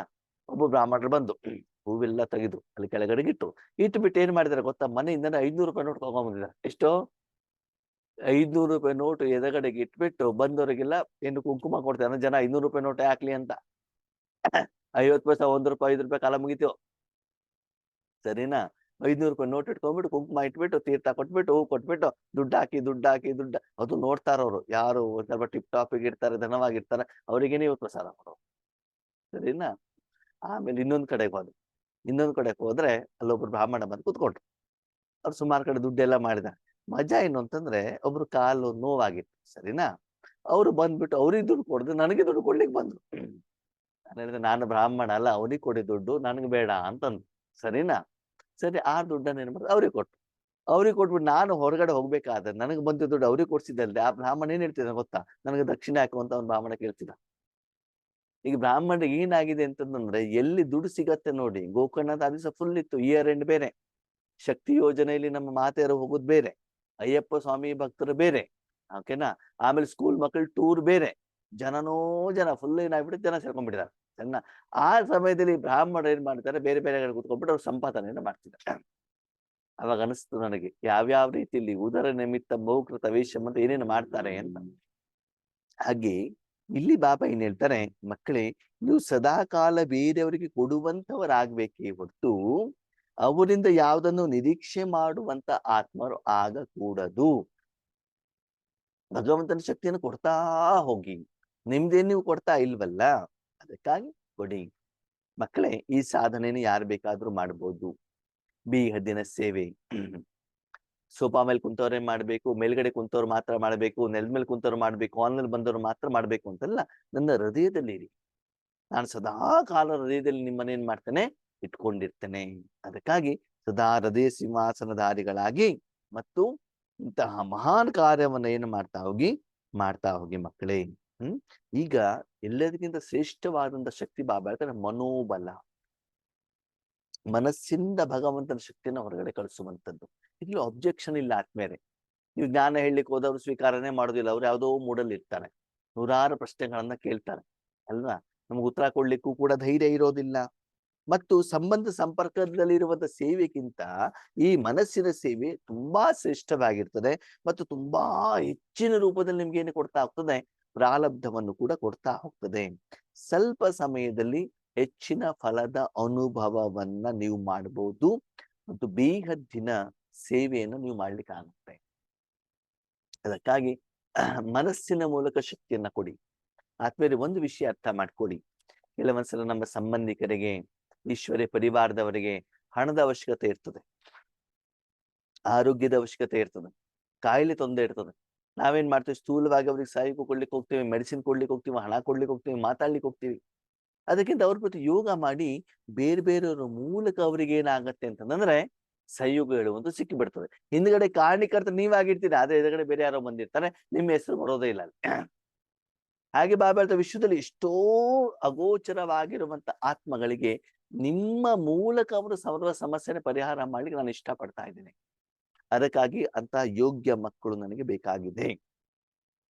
ವಾಣಿಯ ಸೇವೆಗಿಂತ ಮನೋಬಲದ ಶಕ್ತಿಯ ಸೇವೆ ಎಷ್ಟೋ ಪಟ್ಟು ಏನಾಗಿರ್ತದೆ, ಹೆಚ್ಚಿಗೆ ಆಗಿರ್ತದೆ.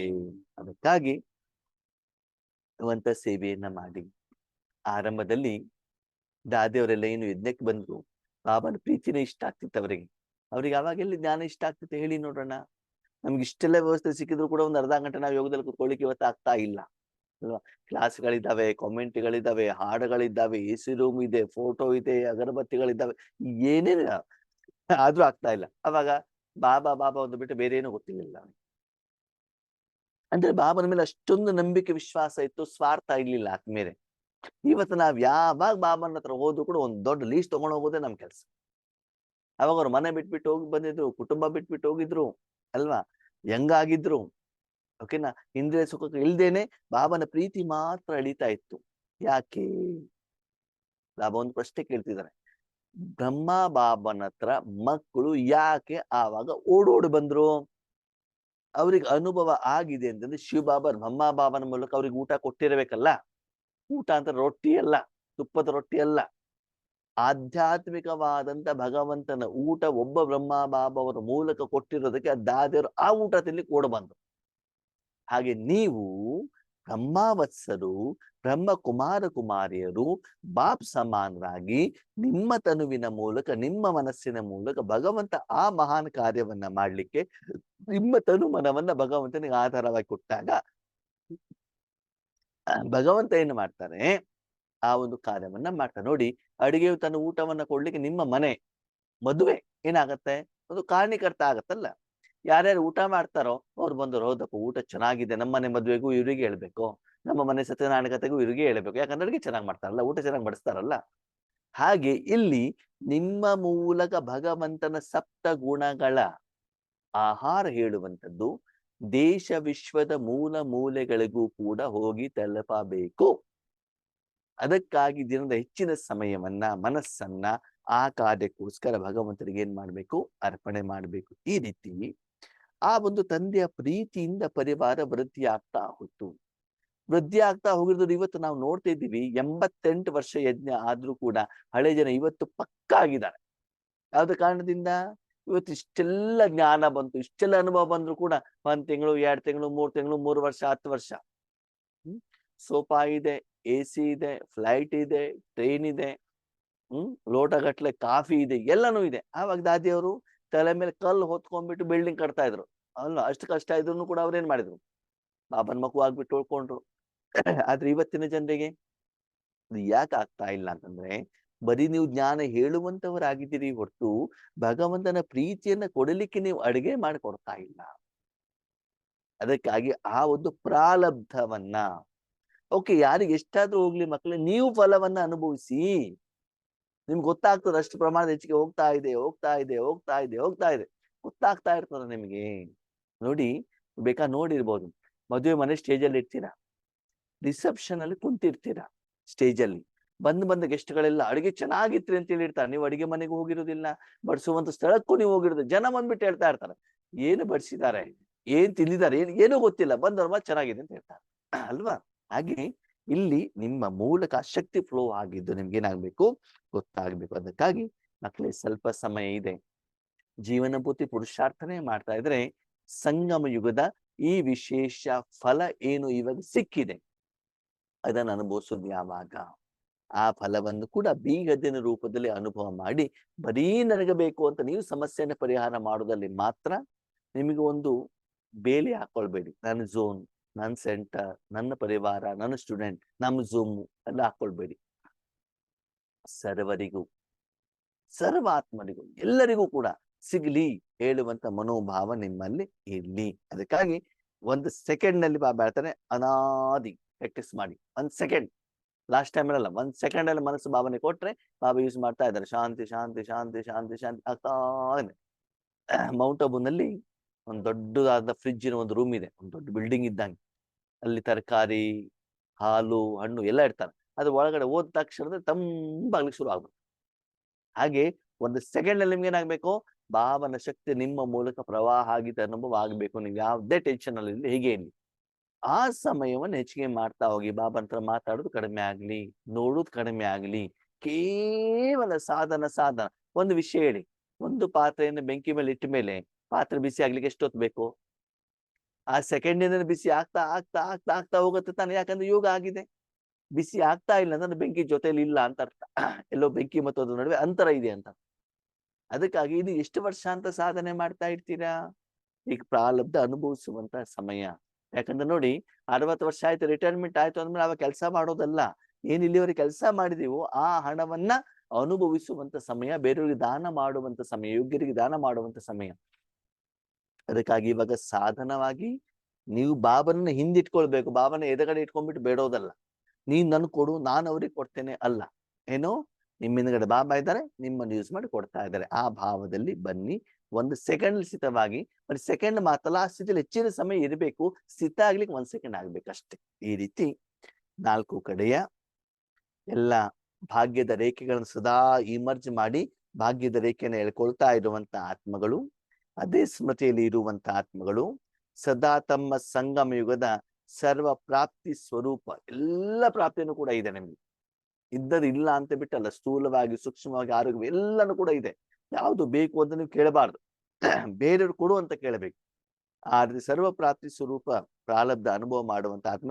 ಎಲ್ಲಾ ಬೇಕು ಅಂತ ಇಲ್ಲ ಅನ್ನೋರು, ನಮ್ಮ ಹತ್ರ ಅಷ್ಟು ಬಂಗಾರ ಇಲ್ಲ ಅಂತ ಯೋಚನೆ ಮಾಡಬೇಡಿ. ಏನಿದೆ ಅಂದ್ರೆ ಖುಷಿ ಪಡುವಂತವ್ರೆ ಪ್ರಾಪ್ತಿವಂತ ಅಲ್ವಾ. ಬೇಕು ಬೇಕು ಅಂತ ಹೇಳೋರು ಯಾವಾಗ್ಲೂ ಬೇಡವ್ರೆ, ಬಡವ್ರೆ. ಅವ್ರು ಬೇಕು ಅಂತ ಹೇಳೋರು ಬಡವರು, ಇರೋರು ಸುಖ ಪಡೋರು ಶ್ರೀಮಂತರು. ಅರ್ಥ ಮಾಡ್ಕೊಳ್ಳಿ. ಸದಾ ಮಾಸ್ಟರ್ ದಾತ ಆಗಿ, ಸದಾ ಸಹಯೋಗಿ. ಮಾಸ್ಟರ್ ದಾತ ಅಂದ್ರೆ ಅಭಿಮಾನ ಬರಬಾರ್ದು, ನಾನು ಬಾಬನಿಗೆ ಸಹಯೋಗಿ ಅಷ್ಟೇ. ಇದು ಅಂತ ಸದಾ ಮನಸ್ಸಿನ ಸೇವೆಯ ಮೂಲಕ ವಿಶ್ವದ ಸರ್ವ ಆತ್ಮಗಳ ಕಲ್ಯಾಣ ಮಾಡುವಂತ ಆತ್ಮರಿಗೆ ಬಾಬ್ದಾದಾರವರ ನೆನಪು, ಪ್ರೀತಿ ಮತ್ತು ನಮಸ್ತೆ. ನೋಡಿ, ಅವ್ಯಕ್ತ ಮಾಸ ಇದೆ, ತಪಸ್ಸು ಮಾಡ್ಬೇಕಾಗಿದೆ. ಅದಕ್ಕೆ ತಕ್ಕ ಹಾಗೆ ಬಾಬಾ ಈ ಮುರ್ಲಿಯಲ್ಲೂ ಅದನ್ನೇ ಹೇಳಿದ್ದಾರೆ, ಹೊಸ ವರ್ಷದ ಮುರ್ಲಿನೂ ಅದನ್ನೇ ಹೇಳಿದ್ದಾರೆ. ಹಾಗಾಗಿ ಒಂದೇ ಕಡೆ ಕುತ್ಕೊಂಡ್ಬಿಟ್ಟು ತಪಸ್ಸನ್ನು ಮಾಡಿ, ವಿಶ್ವದ ಎಲ್ಲ ಬಾಬನ ಮನೆಗೆ ಬಾಬನ ಮಕ್ಕಳು ಬರ್ಲಿ, ಎಲ್ಲರಿಗೂ ಸಂದೇಶ ಸಿಗಲಿ.